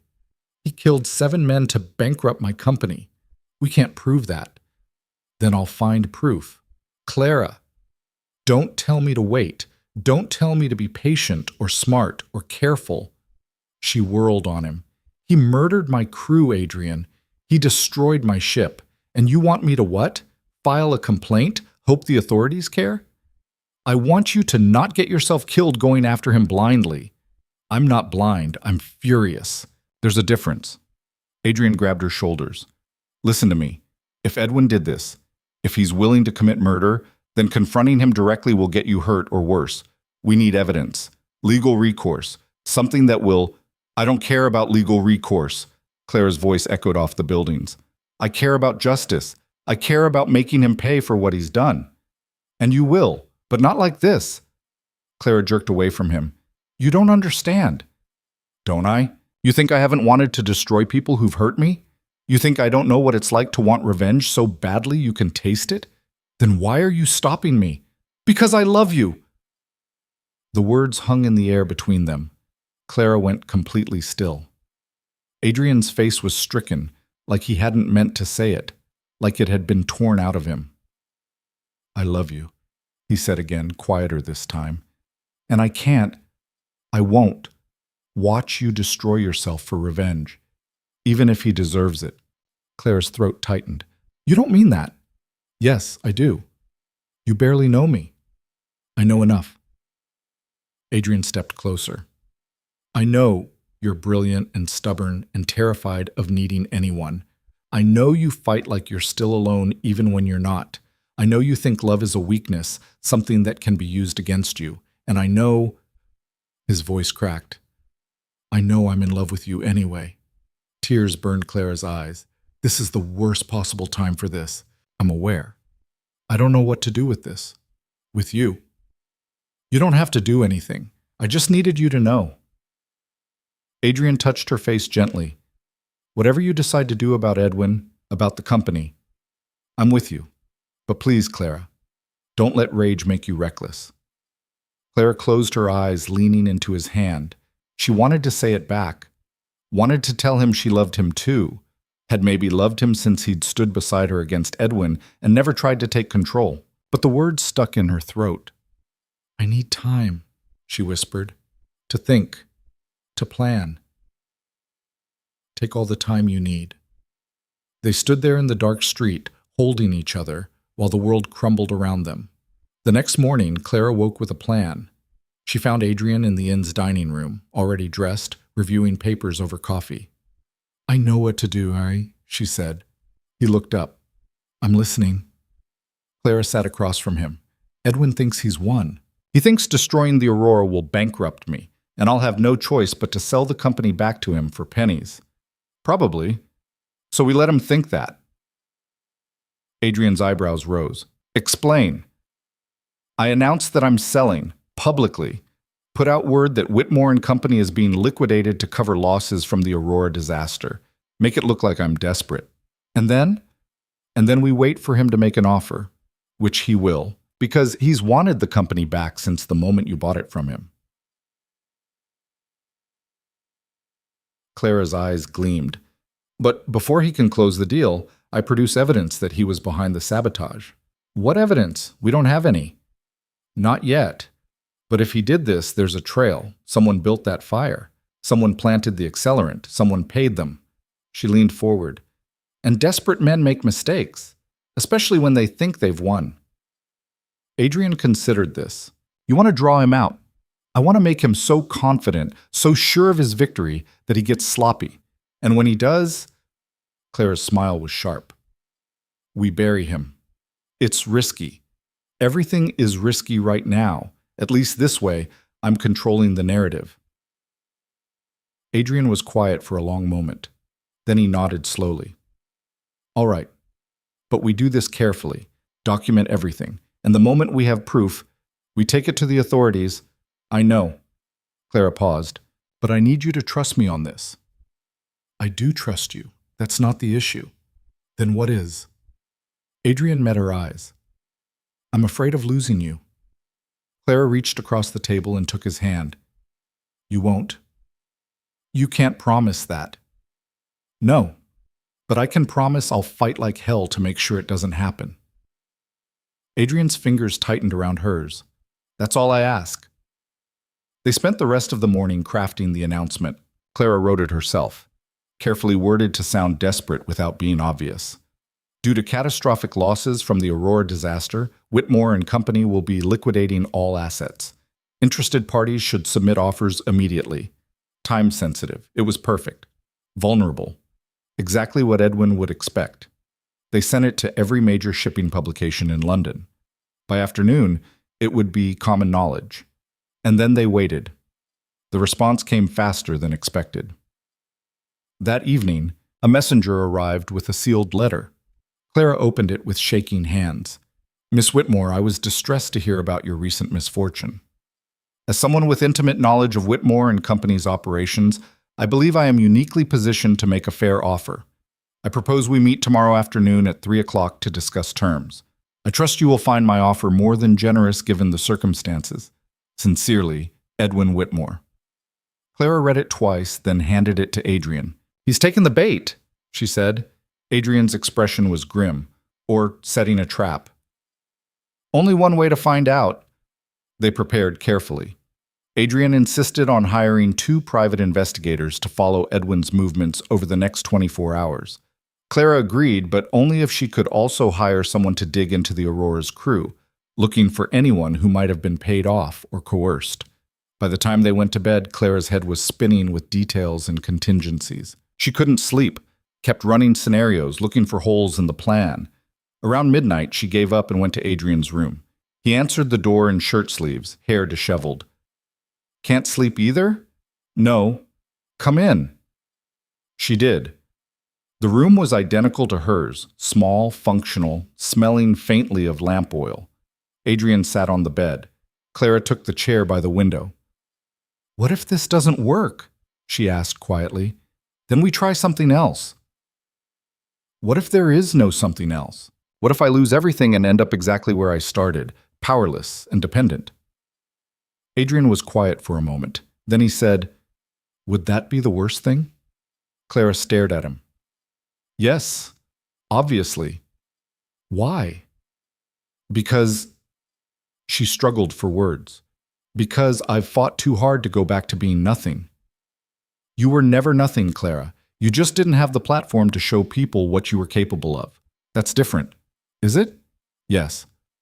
Adrian leaned forward. Even if you lost the company, even if everything fell apart, you'd still be you. Brilliant, fierce, impossible to ignore. And eventually someone else would see it and give you another chance, or you'd create one yourself. Clara felt tears prick her eyes. You have too much faith in me. I have exactly the right amount. She looked at him, at this man who'd given her everything and asked for nothing except that she believe in herself. I'm terrified, she whispered. I know. What if I fail? Then you fail, and we figure out what comes next, together. The words settled something in Clara's chest. Together. She'd been alone for so long, she'd forgotten what it felt like to have someone genuinely on her side. Adrian? Yes? I don't know how to do this. How to let someone care about me without waiting for it to be taken away. Neither do I. But I'm willing to learn if you are. Clara stood, crossed the room, sat beside him on the bed. I think... She took a breath. I think I love you too. I'm not sure. I don't have anything to compare it to. But when I think about losing you, it hurts almost as much as thinking about losing the company. Maybe more. And that terrifies me. Adrian's hand found hers. Good. Good? If it didn't terrify you, it wouldn't be real. Clara laughed shakily. That's a terrible reassurance. It's the best I've got. They sat in silence, hands clasped, until Clara's breathing steadied. Stay, Adrian said quietly. Not, I don't mean just stay, so you're not alone. Clara should have said no, should have maintained propriety, kept the distance. Instead, she kicked off her shoes and lay down beside him, fully clothed on top of the covers. Adrian did the same. They didn't touch beyond their joined hands, didn't speak. But somehow, it was the most intimate moment Clara had ever experienced. And for the first time in weeks, she slept. The meeting with Edwin was set for 3 o'clock at a coffee house near the financial district. Clara arrived early, Adrian at her side. They debated whether he should come, decided that his presence might make Edwin overconfident, thinking Clara was leaning on a man for support. Let him think that. Edwin arrived exactly on time, looking smug and well-rested. "Clara, Your Grace." He nodded to each of them. "Thank you for meeting me." Clara gestured to the table. "Let's get this over with." They sat. Edwin ordered coffee. Clara ordered nothing. Her stomach was too knotted to handle food. "I'll be direct," Edwin said. "I'm offering £15,000 for Whitmore and Company. Full purchase, immediate payment." Clara kept her expression neutral. "That's insultingly low. Given the circumstances, I think it's more than fair. You have no ships, no cargo, and mounting debts. I'm offering you a way out. Or you're taking advantage of a disaster." Edwin's smile didn't reach his eyes. "Business is business, cousin. You should understand that by now." Clara wanted to throw her coffee in his face. Instead, she said, "I need time to consider." "You don't have time. I need an answer by tomorrow." "Why the rush?" "Because I have other opportunities to pursue. And frankly, I'm doing you a favor even making this offer." Adrian leaned forward slightly. "What other opportunities?" Edwin's gaze flicked to him. "That's hardly your concern, Your Grace. Humor me. I'm investing in a new shipping venture, larger scale, more profitable routes." Edwin's tone was casual, too casual. "But I need capital quickly, which is why I'm willing to take on Whitmore despite its current state." Clara's mind raced. A new venture. Capital needed quickly. That meant partners, investors, people who would have needed to be approached before the Aurora disaster, which meant Edwin had been planning this before the ship went down. Interesting. "I'll have an answer for you tomorrow," Claire said, "but I want to see documentation of your offer, in writing." Edwin hesitated. "That's unnecessary. It's essential. If I'm selling my father's company, I want everything documented properly." Edwin's jaw tightened, but he nodded. "Fine. I'll have my solicitor draw up papers." "Good." Clara stood. "We're done here." Edwin looked surprised. "Don't you want to discuss terms?" "Not until I see the written offer." "Good day, Edwin."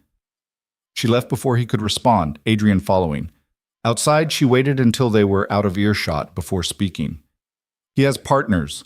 For this new venture he mentioned." Adrian nodded. "I caught that. Which means there's a paper trail. Contracts, agreements, financial transactions." Clara's eyes gleamed. "And if he arranged the sabotage, there's probably a connection between his partners and whoever destroyed the Aurora. How do we find that connection?" "We follow the money." Clara pulled out the notes she'd been making. "Edwin said he needs capital quickly. That means he's either already invested in this venture and needs to recoup costs, or he's about to invest and needs liquid assets. Either way, he's desperate." "Desperate men make mistakes," Adrian said. "Exactly." They spent the evening coordinating with the investigators. One had tracked Edwin to a series of meetings with known shipping merchants, including 2 who'd been implicated in insurance fraud cases. The other had found something more damning, a payment made from Edwin's accounts to a man named Thomas Garrett, a dock worker with a history of arson. "That's it," Clara breathed, staring at the report. "That's our connection." "It's circumstantial," Adrian warned. "Not enough for prosecution. But it's enough to pressure him, enough to make him panic." "What are you thinking?" Clara's smile was sharp. "I'm thinking it's time to turn the tables." The next morning, instead of sending Edwin a response to his offer, Clara sent something else. A message, delivered publicly through the shipping industry's most widely read publication. "Notice to all parties. Investigation into the Aurora disaster has revealed evidence of deliberate sabotage. Whitmore and Company is cooperating fully with authorities. Any individuals found to have been involved will be prosecuted to the fullest extent of the law. Furthermore, Whitmore and Company will not be liquidating assets at this time. The company remains operational and committed to fulfilling all contractual obligations. Clara Whitmore, Principal Officer." It was a declaration of war, and Edwin received it while sitting in his club, surrounded by the very merchants he was trying to impress. The reaction was immediate. A messenger arrived at Clara's office within the hour, demanding a meeting. Edwin himself appeared 20 minutes later, face purple with rage. "What the hell do you think you're doing?" Clara looked up from her desk calmly. Protecting my business. You just accused me of sabotage in print. I didn't mention your name. Everyone knows what you're implying. Do they? Interesting. Clara set down her pen. Why would they assume you're involved unless you gave them reason to? Edwin's hand slammed on her desk. You have no proof. Don't I? This is slander. I'll sue you for everything. Please do. I'd love to answer questions under oath about your recent financial activities, your new shipping venture, your meetings with Marcus Trent and William Holbrook, both of whom, if I recall correctly, were investigated for insurance fraud last year. Clara's smile was ice. And of course, there's the matter of the payment to Thomas Garrett, the dock worker, the one with the arson conviction. Edwin went white. I don't know what you're talking about. Liar. Clara stood. You paid him £500 3 weeks ago, 2 days before the Aurora set sail. That's a matter of public record. Bank transactions, Edwin. Always leave a trail. Edwin's mouth opened and closed. Here's what's going to happen, Clara continued. You're going to walk out of here. You're going to drop your offer to buy the company. And you're going to pray I don't take what I know to the authorities. You can't prove anything. Maybe not, but I can make your life very difficult while I try. And I promise you, everyone you're trying to do business with will wonder why the Duke of Ashford's investigators are asking questions about you, why police are reviewing your financial records, why your name keeps appearing in connection with a disaster that killed 7 men. Edwin's face twisted with hatred. You're bluffing. Am I? Clara pulled out a folder. This is a summary of everything we've found so far. Every suspicious transaction, every questionable meeting, every connection between you and people who might have had the means and motive to destroy my ship. She held it out. Take it. Show it to your solicitor. See if he thinks I'm bluffing. Edwin snatched the folder, flipped through it. His hands shook. This is... You can't... Can't what? Can't fight back? Can't refuse to be destroyed? Clara's voice was steel. You tried to ruin me, Edwin. You failed, and now you're going to live with the consequences. Edwin looked at her with pure venom. This isn't over. Yes, it is. Because if you come after me again, if you so much as breathe in my direction, I will make sure everyone knows exactly what you did. I will destroy your reputation, your business prospects, your entire future. And I will do it with a smile. Edwin turned and stormed out, slamming the door so hard the walls shook. Clara sank into her chair, hands trembling. Adrian emerged from the adjoining room where he'd been listening. That was insane, reckless, possibly illegal. Clara laughed shakily. I know. I was going to say magnificent. Clara looked at him, at the pride and wonder in his eyes. We don't actually have enough evidence to prosecute him, she admitted. The Garrett payment is suspicious, but we can't prove it was for sabotage. A good solicitor would tear our case apart. But Edwin doesn't know that. No, he doesn't.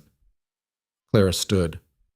And by the time he figures it out, if he figures it out, I'll have rebuilt enough that his attacks won't matter.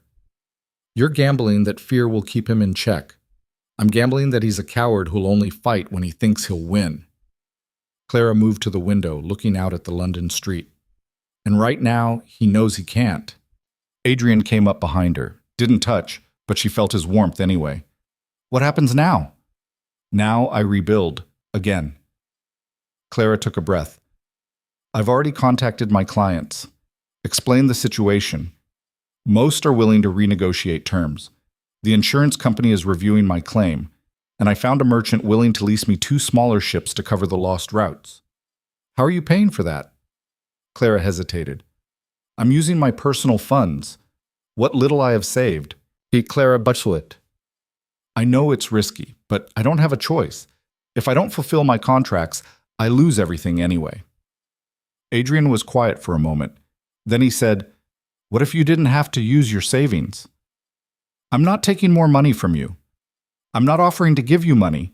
I'm offering to invest in your Mediterranean expansion, the one you told me about weeks ago. Clara turned to face him. That's the same thing. No, it's not. This is a legitimate business investment. You need ships for new routes. I have capital. You negotiate the contracts, manage the operations, take the majority of the profits. I'm a silent partner. Adrian, this is what you wanted, isn't it? To expand, to prove that Whitmore and Company can compete with the larger houses. Let me help you do that. Clara stared at him. Why? Because I believe in what you're building, because I trust your judgment, and because, he smiled faintly, because I'm in love with you. And watching you succeed makes me happier than anything I've ever done for myself. Clara felt tears burn her eyes. That's the most ridiculous thing I've ever heard. Probably, but it's true. She looked at him, at this impossible man who'd given her everything and somehow convinced her she deserved it. All right, she said quietly, but I want contracts. Real ones, with actual terms that protect both of us. Of course.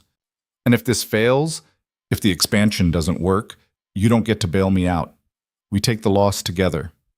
Agreed. Clara took a breath. Then yes, let's do this. Adrian's face lit up.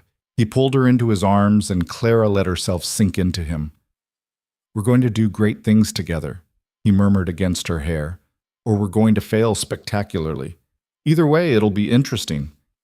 Clara laughed despite everything. That's one word for it.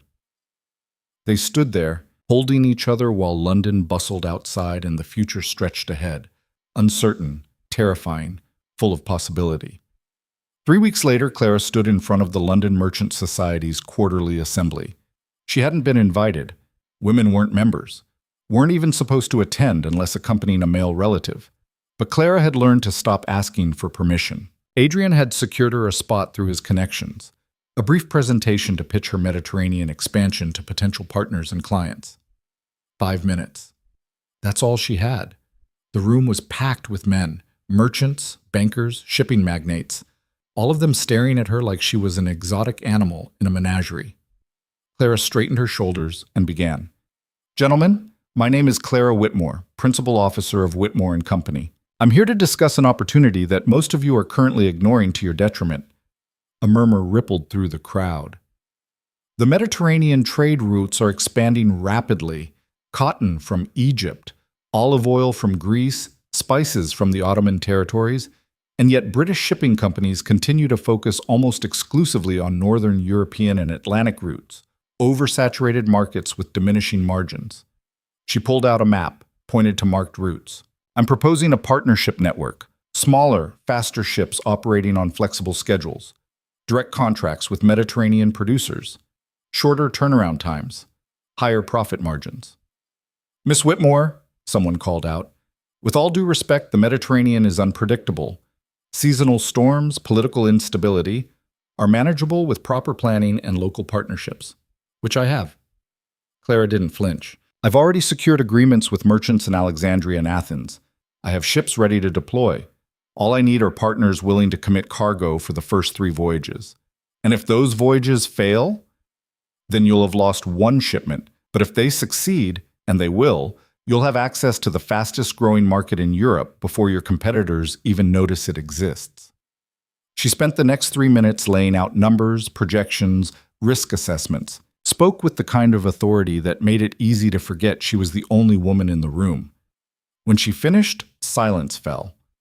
Then someone in the back started clapping. Others joined.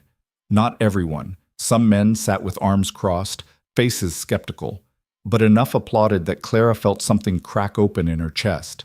Respect. They were respecting her. After the assembly, 3 merchants approached her with preliminary interest. 2 more sent messages the next day. It wasn't a triumph. Not yet. But it was a beginning. And for the first time since the Aurora went down, Clara let herself believe that maybe, just maybe, she was going to make it. That evening, she found Adrian waiting outside her office. How did it go? He asked. Clara smiled, a real smile, the first in weeks. I think we're going to be all right. Adrian pulled her close, kissed her forehead. I never doubted it. Liar. All right, maybe a little, but only because I was worried, not because I didn't believe in you. Clara leaned into him, exhausted and exhilarated and terrified of how much she'd come to need this. Thank you, she whispered, for everything, for believing in me when I didn't believe in myself. Always, Adrian said simply. And standing there in the lamplight, with the city humming around them and the future unfurling ahead, Clara finally let herself believe it. She believed it for exactly 3 days. Then the letters started arriving. The first came on a Tuesday morning. Clara opened it, expecting another contract negotiation or client inquiry. Instead, she found a single sentence scrawled in unfamiliar handwriting. Women who forget their place always fall the hardest. No signature, no return address. Clara crumpled it and threw it in the waste bin, trying to ignore the cold finger of dread trailing down her spine. The second letter arrived the next day. Then a third. Then more. All anonymous, all threatening. Your ships will burn like the aurora. Enjoy your success while it lasts, whore. The Duke will tire of you soon enough. Clara stopped reading them, started throwing them away unopened, but they kept coming. And then the sabotage started. A shipment went missing from the warehouse. Nothing valuable, but enough to delay a delivery and anger a client. A contract she'd negotiated was mysteriously leaked to a competitor who undercut her price. One of her newly hired clerks quit without explanation, looking terrified. Someone was systematically trying to destroy what she'd rebuilt, and Clara had a pretty good idea who. "It's Edwin," she told Adrian one evening, pacing her office while he reviewed the latest incident report. "It has to be. Who else would—" "We don't know that," Adrian interrupted. "Edwin's been quiet since your confrontation. Too quiet. That's the problem." Clara ran a hand through her hair, destroying the careful arrangement. "He's behind this, I know it. Then we need proof. We needed proof last time too. Didn't stop him from destroying my ship." Adrian set down the papers and stood, catching her mid-pace. "Clara, look at me." She did, reluctantly. "We'll figure this out," he said firmly. "But you can't let fear make you paranoid. Not everyone who opposes you is Edwin." "I'm not paranoid. You've been checking the locks 3 times before you leave. You flinch every time someone enters your office unexpectedly. You're not sleeping." His hands tightened on her arms. "This is eating you alive." Clara pulled away. "I'm fine." "You're not." "I don't have time to not be fine, Adrian. I have a company to run, contracts to fulfill, people depending on me. I can't afford to fall apart because some coward is sending threatening letters." "Then let me help you." "How? You can't be with me every moment. You can't protect me from shadows." Adrian's jaw tightened. "No, but I can make sure those shadows know there are consequences for touching you." Clara laughed bitterly. "And what will that solve? More threats? More retaliation? When does it end? When you stop being afraid." The words hit like a slap. Clara stared at him. "I'm not—" "Yes, you are. And you have every right to be. But fear is what they want. It's what Edwin wants if he's behind this. They want you to doubt yourself, to retreat, to prove them right." "I know that." "Then stop giving them what they want." Clara felt tears burn her eyes. She blinked them back furiously. "I don't know how." Adrian pulled her close, and this time she didn't resist. "Then let me show you." The next morning, Adrian did something Clara didn't expect. He called a meeting of every major shipping merchant in London, not to discuss business, to discuss her. Clara found out when she arrived at the merchant hall and saw the crowd gathered outside. "What is this?" she demanded, finding Adrian near the entrance. "Trust me," was all he said. Inside, the hall was packed. Every merchant she'd negotiated with, every competitor who'd tried to undercut her, every man who'd dismissed her or doubted her or actively worked against her. And at the center of it all, sitting alone at a table with his solicitor, was Edwin Whitmore. Clara's breath caught. "Adrian, what did you do? What should have been done months ago?" Adrian's expression was granite. "I'm ending this." Before Clara could respond, he stepped up to the podium. The room fell silent. "Gentlemen," Adrian began, his voice carrying easily across the space. "Thank you for coming. I know many of you are wondering why I've called this assembly. The answer is simple. We have a problem." Murmurs rippled through the crowd. For months, Miss Clara Whitmore has been the target of a systematic campaign to destroy her business and her reputation. Threatening letters, sabotage, theft. And while I cannot prove who is responsible, his gaze swept the room, lingering on Edwin. I can prove that it's happening, and I can make it clear that it stops Today. More murmurs. Edwin's face had gone pale. Miss Whitmore has done nothing except compete fairly in a market that desperately needed competition. She has honored her contracts, delivered quality service, built partnerships based on merit, not manipulation. Adrian's voice hardened.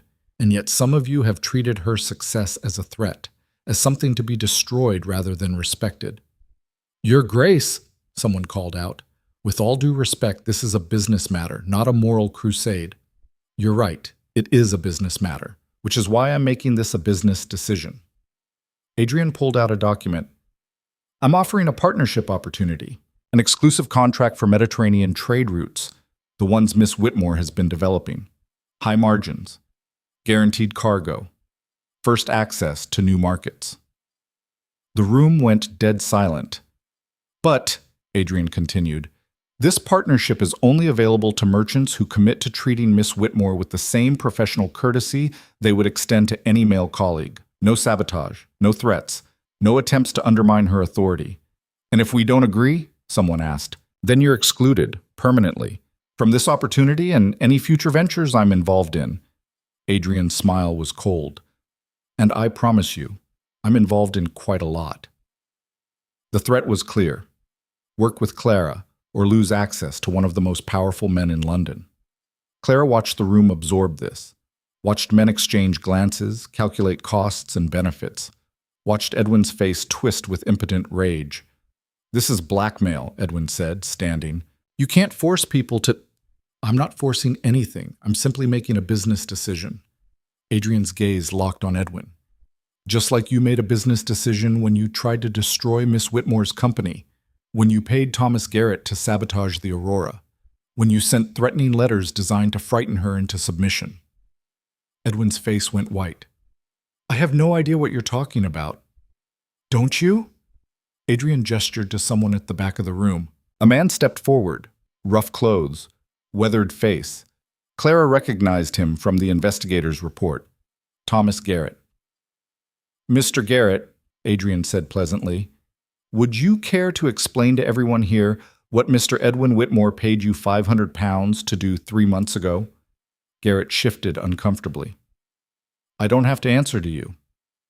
No, but you do have to answer to the magistrate who issued a warrant for your arrest on charges of arson and murder.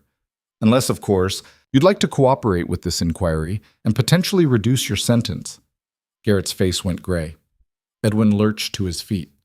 This is entrapment. You have no authority.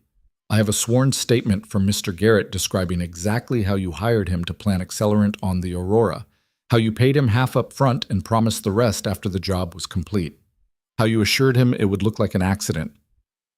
Adrian's voice was ice, and I have bank records showing the payment, witnesses placing you at the docks the day before the ship sailed, and a letter, written in your hand, outlining the plan.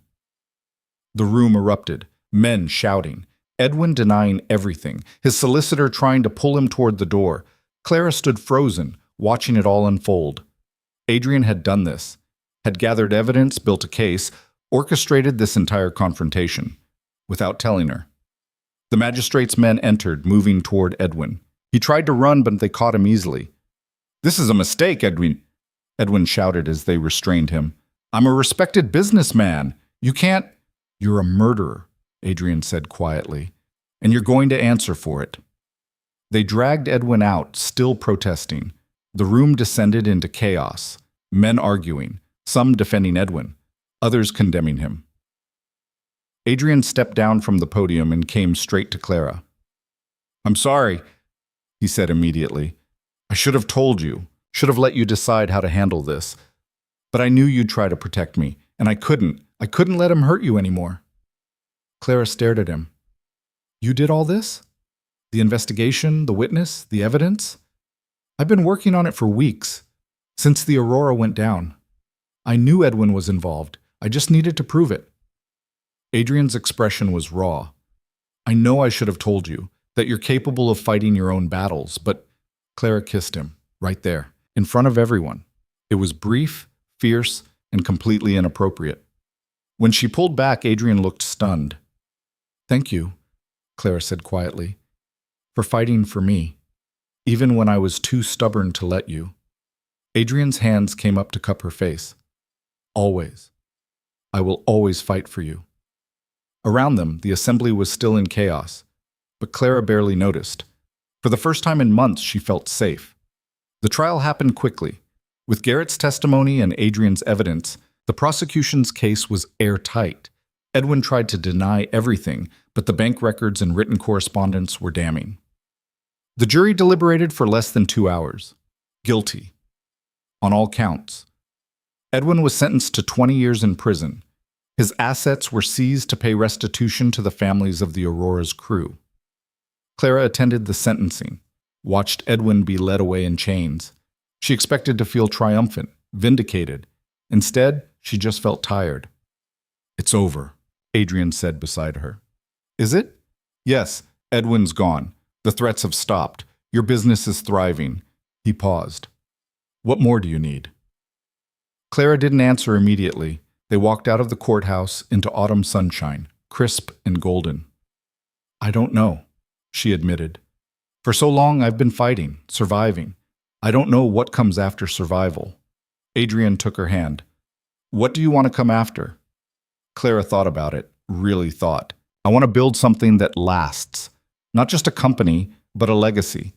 Something that proves women can do this, can succeed in business, can be taken seriously. You've already proven that. To some people, not to everyone. Clara looked at him. I want to change the rules, Adrian, not just work around them. Adrian smiled. Then let's change them. Over the next 6 months, they did exactly that. Claire's Mediterranean expansion succeeded beyond anyone's expectations. Within a year, Whitmore and Company had tripled its revenue and employed over 100 people. But Clara didn't stop there.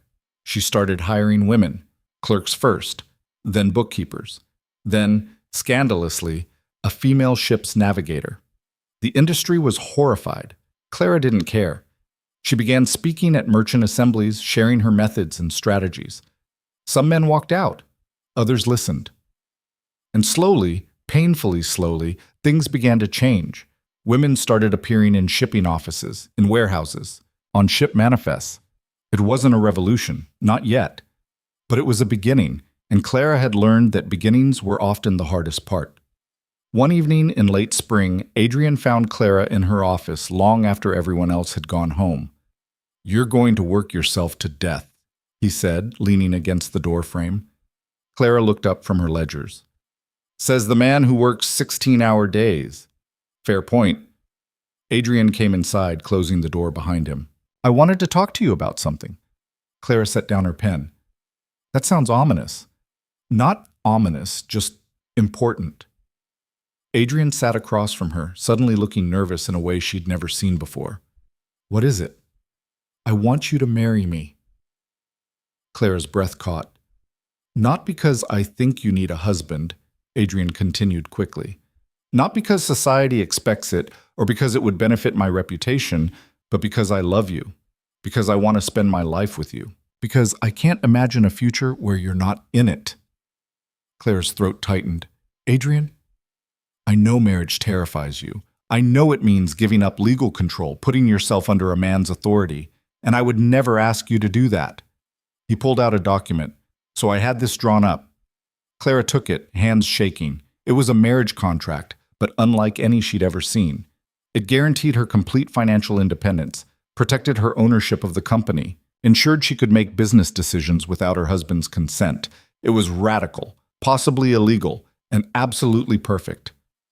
This is, Clara's voice cracked.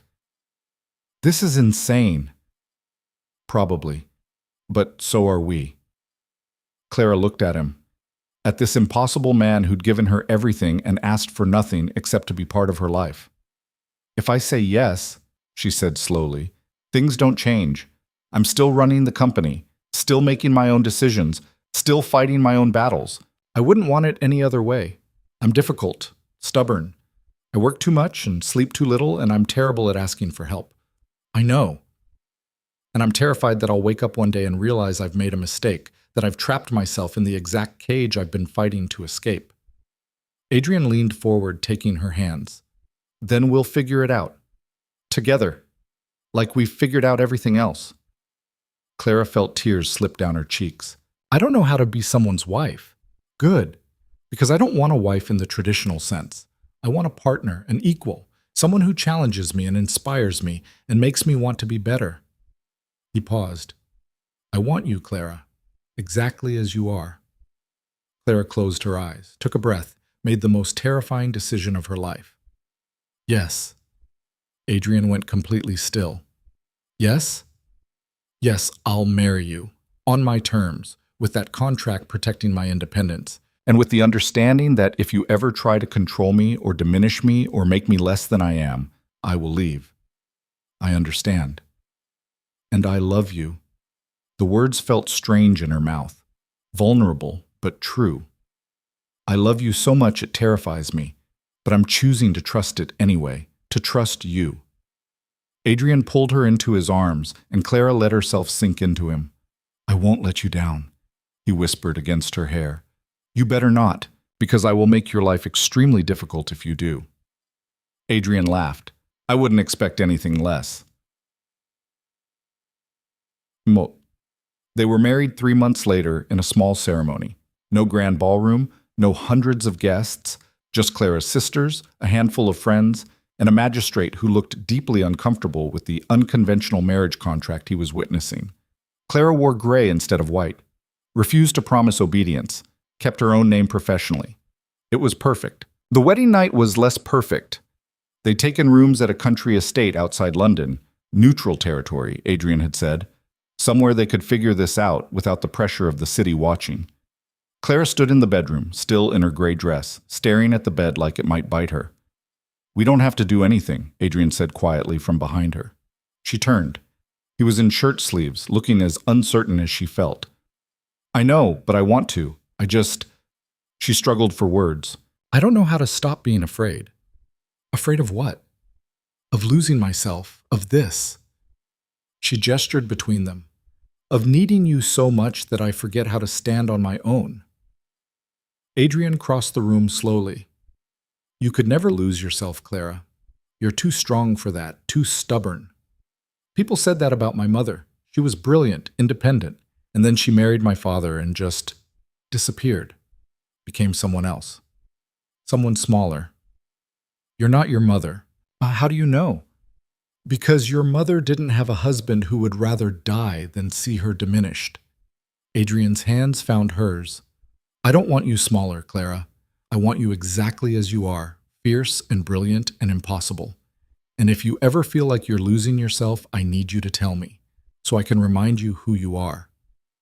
Clara felt something break open in her chest. You really mean that? Every word. She kissed him then, slow and deep and full of every emotion she didn't have words for. And when they finally fell into bed together, it wasn't perfect. It was awkward and uncertain and occasionally clumsy. But it was real, and somehow that was better. Afterwards, they lay tangled together, breathing hard, Clara's head on Adrian's chest. That was, Adrian started. Weird, Clara finished. He laughed. I was going to say wonderful, but weird works too. Clara smiled against his skin. We'll get better at it. I certainly hope so. Otherwise, this marriage is going to be very disappointing. Clara smacked his shoulder. Shut up. They fell asleep like that, wrapped around each other, still half-dressed, completely happy. And when Clara woke in the morning to find Adrian watching her with soft eyes and a ridiculous smile, she realized something. She wasn't afraid anymore. 5 years later, Clara stood in front of Parliament, not to observe, not to petition, to testify. There was a bill under consideration, radical, controversial, almost certainly doomed to fail, a bill that would grant married women the right to own property independently of their husbands. Clara had been invited to speak in support. She wore her finest dress, deep blue, professional, chosen to command respect. Her hair was pinned severely back. No jewelry except her wedding ring. She looked every inch the successful businesswoman she'd become. The chamber was packed. Members of Parliament sat in rows, some curious, most skeptical. In the gallery above, spectators crowded together. Adrian sat among them, watching her with pride that made her chest ache. Clara approached the speaker's podium, took a breath, and began. Gentlemen, my name is Clara Blackwood, née Whitmore. I am the principal officer of Whitmore and Company, which currently operates 15 ships across Mediterranean and Northern European routes. We employ 230 people. Last year, we generated over £300,000 in revenue. She paused, letting that sink in. I am also married. Under current law, everything I just described, the company I built, the fortune I've earned, the legacy I'm creating, belongs to my husband. Not because he earned it, not because he contributed to it, but simply because he is male and I am not. Murmurs rippled through the chamber. Now, I am fortunate. My husband signed a private contract granting me independence, but that contract has no legal standing. At any moment, he could revoke it and claim everything as his own, and there would be nothing I could do to stop him. Is this a complaint about your marriage, Mrs. Blackwood? Someone called out. No. It's an illustration of a systemic problem. Clara's voice didn't waver. I am one of the lucky ones. I have a husband who respects my abilities and autonomy. But what about the women who don't? What about the brilliant businesswomen, the skilled artisans, the shrewd investors who marry and immediately lose legal control of everything they've built? What about their daughters, who watch their mothers become powerless and learn that success is something they can only borrow, never truly own? The chamber had gone quiet. This bill doesn't ask for much. It simply says that a married woman should have the same property rights as an unmarried one. That marriage shouldn't be a legal cage that strips away everything a woman has earned. Clara's gaze swept the room.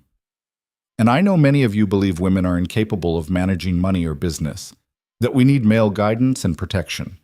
But I'm standing here as living proof that you're wrong. One exception doesn't disprove the rule, someone argued. Then let me be the first of many. Clara's voice rang out. Give women the chance to prove themselves, to succeed or fail on their own merit. And I promise you, we will surprise you. She spoke for 20 more minutes, laying out economic arguments, legal precedents, moral imperatives. When she finished, the chamber erupted in debate. Some members were furious, others thoughtful, and a few, just a few, looked convinced. The bill didn't pass. Not that year, or the next, but 12 years later, Parliament finally enacted property rights for married women. By then, Clara had built an empire. Whitmore and Company had become one of the largest shipping enterprises in Britain. She'd opened offices in 3 countries, employed over 1,000 people, 40% of them women, and she'd done it all while staying married to Adrian. It hadn't always been easy. They'd fought, spectacular, explosive arguments about business decisions and personal boundaries and how to balance independence with partnership. But they'd also built something extraordinary, a marriage based on respect, on trust, on the radical idea that 2 people could be equals even when society insisted otherwise. Clara had 2 daughters now. Beatrice had married a doctor and scandalized everyone by continuing to work as his business manager. Margaret was studying mathematics at a women's college. Both of them knew they didn't have to choose between success and love, because they'd watched their sister prove it was possible. On a crisp autumn evening, Clara and Adrian sat on the terrace of their country estate, watching the sun set over fields they'd purchased together. Do you ever regret it? Clara asked quietly. Adrian looked at her. Regret what? Taking a chance on me. All those years ago. You could have had a much simpler life. Adrian laughed. Simpler, maybe, but infinitely more boring. He took her hand. You gave me purpose, Clara. Made me want to be more than just a title and a fortune. I would choose you 1,000 times over. Clara leaned against him. Even when I'm difficult? Especially then. They sat in comfortable silence, watching the light fade. I've been thinking, Clara said eventually, about retiring. Adrian's eyebrows rose. You? Retire? Not completely, but I want to start training a successor. Someone who can take the company forward while I focus on other things. What other things? Writing, maybe. About business, about what I've learned, about how to change systems from the inside. Clara paused. And I want to travel. See the routes we've built. Meet the people we work with. Not as the owner checking on operations, but just as someone who wants to understand the world. Adrian smiled. That sounds perfect. You'll come with me? Always. Clara felt peace settle over her. The kind of peace that came from knowing you'd fought for something and won. Not perfectly, not completely, but enough. I love you, she said. I love you too. They stayed there until the stars came out, two people who'd chosen each other against all odds and built something that would outlast them both. And in the morning, when Clara woke to find Adrian already dressed and making notes on a new business venture, she smiled, because some things never changed, and she wouldn't want them to. Years later, when Clara's memoir was published, people called it revolutionary. She called it the truth. The book detailed her journey from powerless daughter to successful businesswoman. It didn't shy away from the darkness, the sabotage, the threats, the constant battle against men who wanted her to fail. But it also celebrated the victories, the allies who'd believed in her, the women who'd followed her lead, the slow, painful progress towards something better. And it told the story of a man who'd loved her enough to stand beside her instead of above her. The final chapter ended with a single line. I refused a duke once, and in doing so, I discovered something far more valuable than power or status or security. I discovered myself. And I learned that the greatest revolutions don't come from overthrowing systems, but from refusing to let them define you. The book sold out within a week. Young women wrote to Clara by the hundreds, asking for advice, sharing their own stories of resistance and ambition.